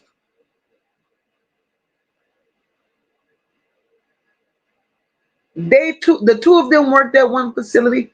Florentino worked at another facility. Florentino worked with adult males. Shannon and Marquita worked with juveniles, mentally challenged. They both lost their jobs for essaying those children. Why were there no charges then? Why were these bitches not thrown under the jail then?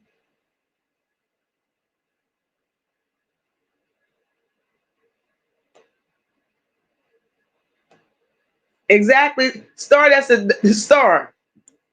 That's an awesome title.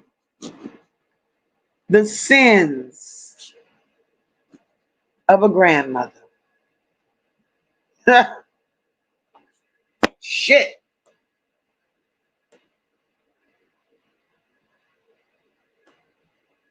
Sad to say, I'm definitely not a fan of Lady, but she was also groomed and traumatized since childhood, as well as not excusing her, but she was pushed into addiction.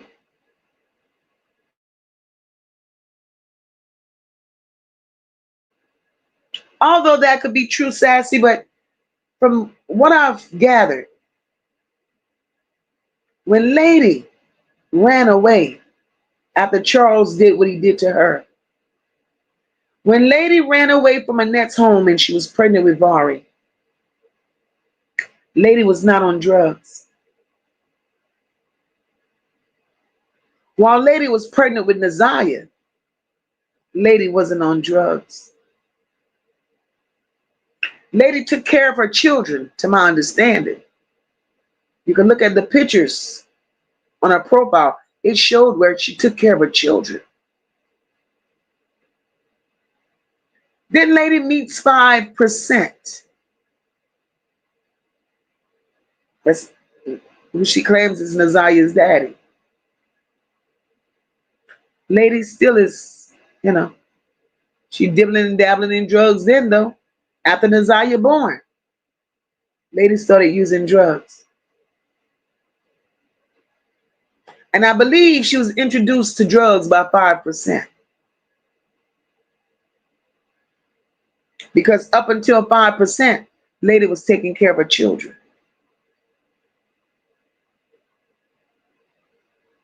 And as the story is being told, Lady did not lose her children because of her drug addiction. Lady lost her children because of neglect, leaving her children alone. And they're wandering off. CPS interjected. They gave Lady an opportunity to take classes, parenting classes, to get her children back. Instead of Lady taking parenting classes to get her children back, Lady continued down the path to use drugs more heavily. So Lady ain't shit. I don't give Lady a pass for nothing. Absolutely nothing do I, because she failed her children. She knew where they were going. Her children went back in the same environment that she ran away from. So Lady was sober-minded enough to know where her children were going, and she let it happen and didn't go back to rescue them. So I have no sympathy for Lady.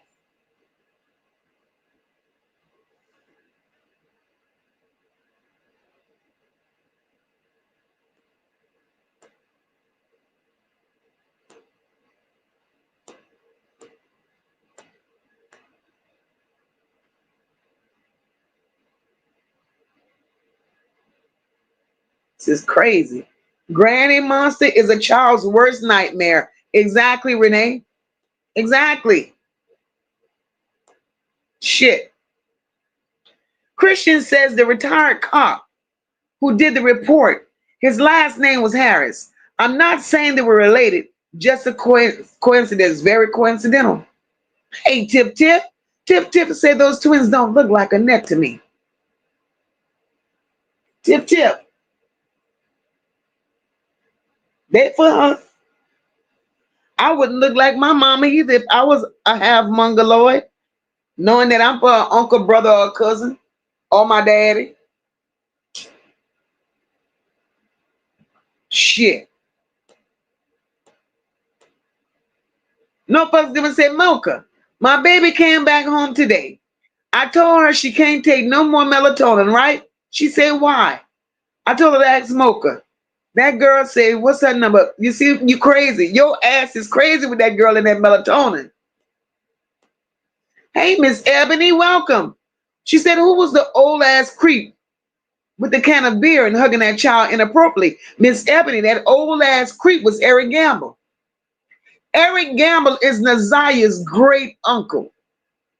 Eric Gamble is also Annette's brother. Eric Gamble is also the father to two of Annette's children. That's the old creep. That old creep has been charged with tier 3. He's a tier 3 pedo. Just say that. But that's the old creep that Granny Monster took money from so he could spend time with her granddaughter.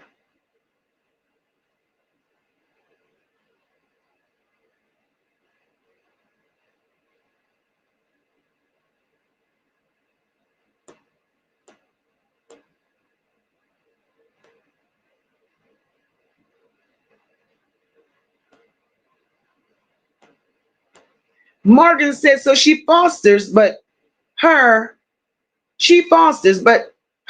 them two wide-body built ambulances and the children were squat. Morgan, straight squatters. Yes, I heard that London was found. The body was found. Oh,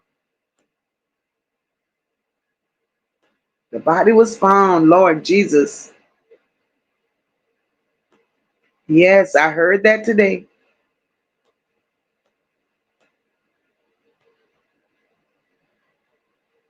My Lord, my Lord, my Lord.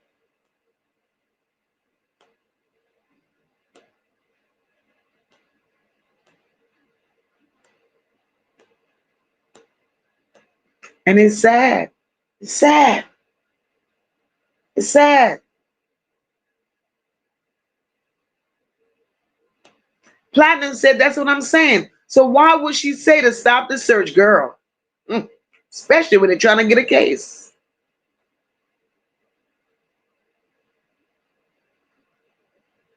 And that's sassy. You see what you just said? That's what was the sickness in the London's case. Her parents knew she was dating that 20-year-old man in London was only 13 years old.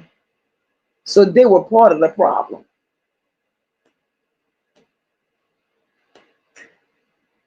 Me and Trent says, I think Ziyah is still alive. All right, girl. NYC girl said, dang, why are they playing these games? Just tell us where this baby at. The world loves her. Kim Worthless, you bitch. You corrupt. I don't believe nothing you say. She got dealings with baby all diddy. She got dealings with baby all diddy. She got dealings with the Arabs. She got dealings in the trafficking ring. That's my opinion. She's dirty.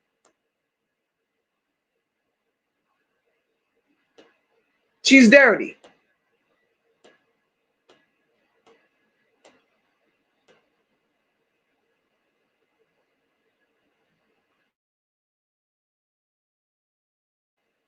LA says, Sassy, aren't you front and center in the D?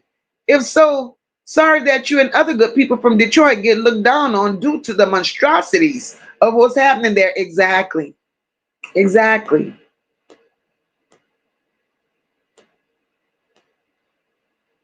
It's a lot. It's a lot. And we look out for my girl Sassy.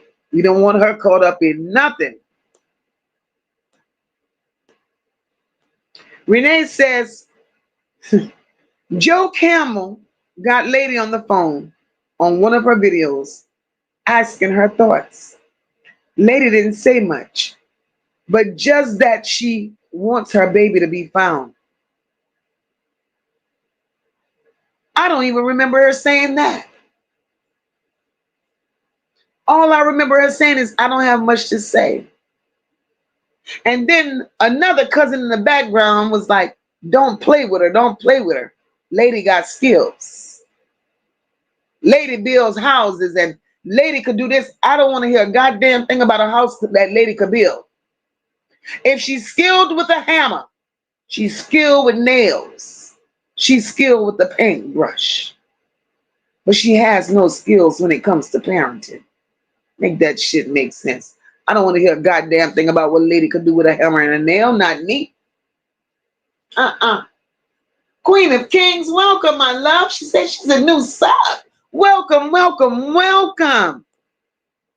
But y'all gonna have to catch that good replay, because MOCA's been here 3.5 hours, and I have some things I need to go and do, but we're gonna continue this conversation on tomorrow. We're going to continue this conversation, guys. It's been nothing but love. I appreciate each and every one of you that dropped in here on MOCA this evening. I thank each and every one of you. I really, really do. This has been an awesome live. We're going to pick up where we left off on tomorrow. I thank each and every one of you that dropped cash apps and super chats and super stickers. Well, and I thank all of my subscribers, the old and the new. Shout out to my replay gang, because they always come through. And guys, look at my sister up in here, Miss Parker. Miss Parker, hey sister. So guys, we're going to do this tomorrow, and we're going to catch up, and we're going to make all this shit make sense. It could take forever before we make it make sense now, but this is who we are, and this is what we're going to do. Definitely. And I'm going to say I love you guys once again, and I'm going to say good night. Y'all have a blessed evening, and it's been nothing but love here. Have a blessed one, guys. Where the fuck she at? Say it loud! Nah, Ziyah Harris. MOCA and the NOLA bells just pulled up. Big body bitches, Roxy, Annette, Shannon, Marquita. Where the fuck is Ziyah? Hey, we're not Ziyah. That baby was 13. Told her teacher I need to talk, then dipped off the scene. Sick on the floor, y'all ain't even blink. Now she gone and we demand a link. Where the fuck She cried for help. So sad. Y'all played it small. Whole system call. Y'all let that girl fall. CPS fake. The school ain't care. Called y'all up. Nobody was there. We see. Now she missing. Now y'all press. She been dying inside while y'all just guessed. You failed her. Jarvis locked. Lock 'em all up. That's just a start. He know the dirt. He played a part. Shannon, sis, that's still your blood. You sat back till her time was up. Annette, Roxy, Marquita too, y'all moving funny. 4 fat bitches equal dummy. All them calls, all them signs, but y'all kept capping. All of y'all getting time. Annette, you mean spiteful witch? Let that baby suffer with a known-ass pedophile, bitch. Who's that? Nah, Marquita, y'all slow head twins look like pain, bitch. This ain't never gonna end. Y'all cap real bad, posting online. What did y'all do? What did she say to you? No, because I need to talk. That's all she said. Nobody did shit. Left school and that was it. Not saying you did it, but y'all ain't innocent. Where the fuck she at? MOCA's NOLA bells. We ain't finished. Roxy popped up. Bitch, sit out. Like she been fan, wanted to be seen. GoFundMe's, balloon games, t-shirts, flyers. Y'all moving strange. Now you say it loud. Not Ziyah Harris. Only 13. She deserved love, not damage. This, that, platinum plus pen for justice, for fire. And this pressure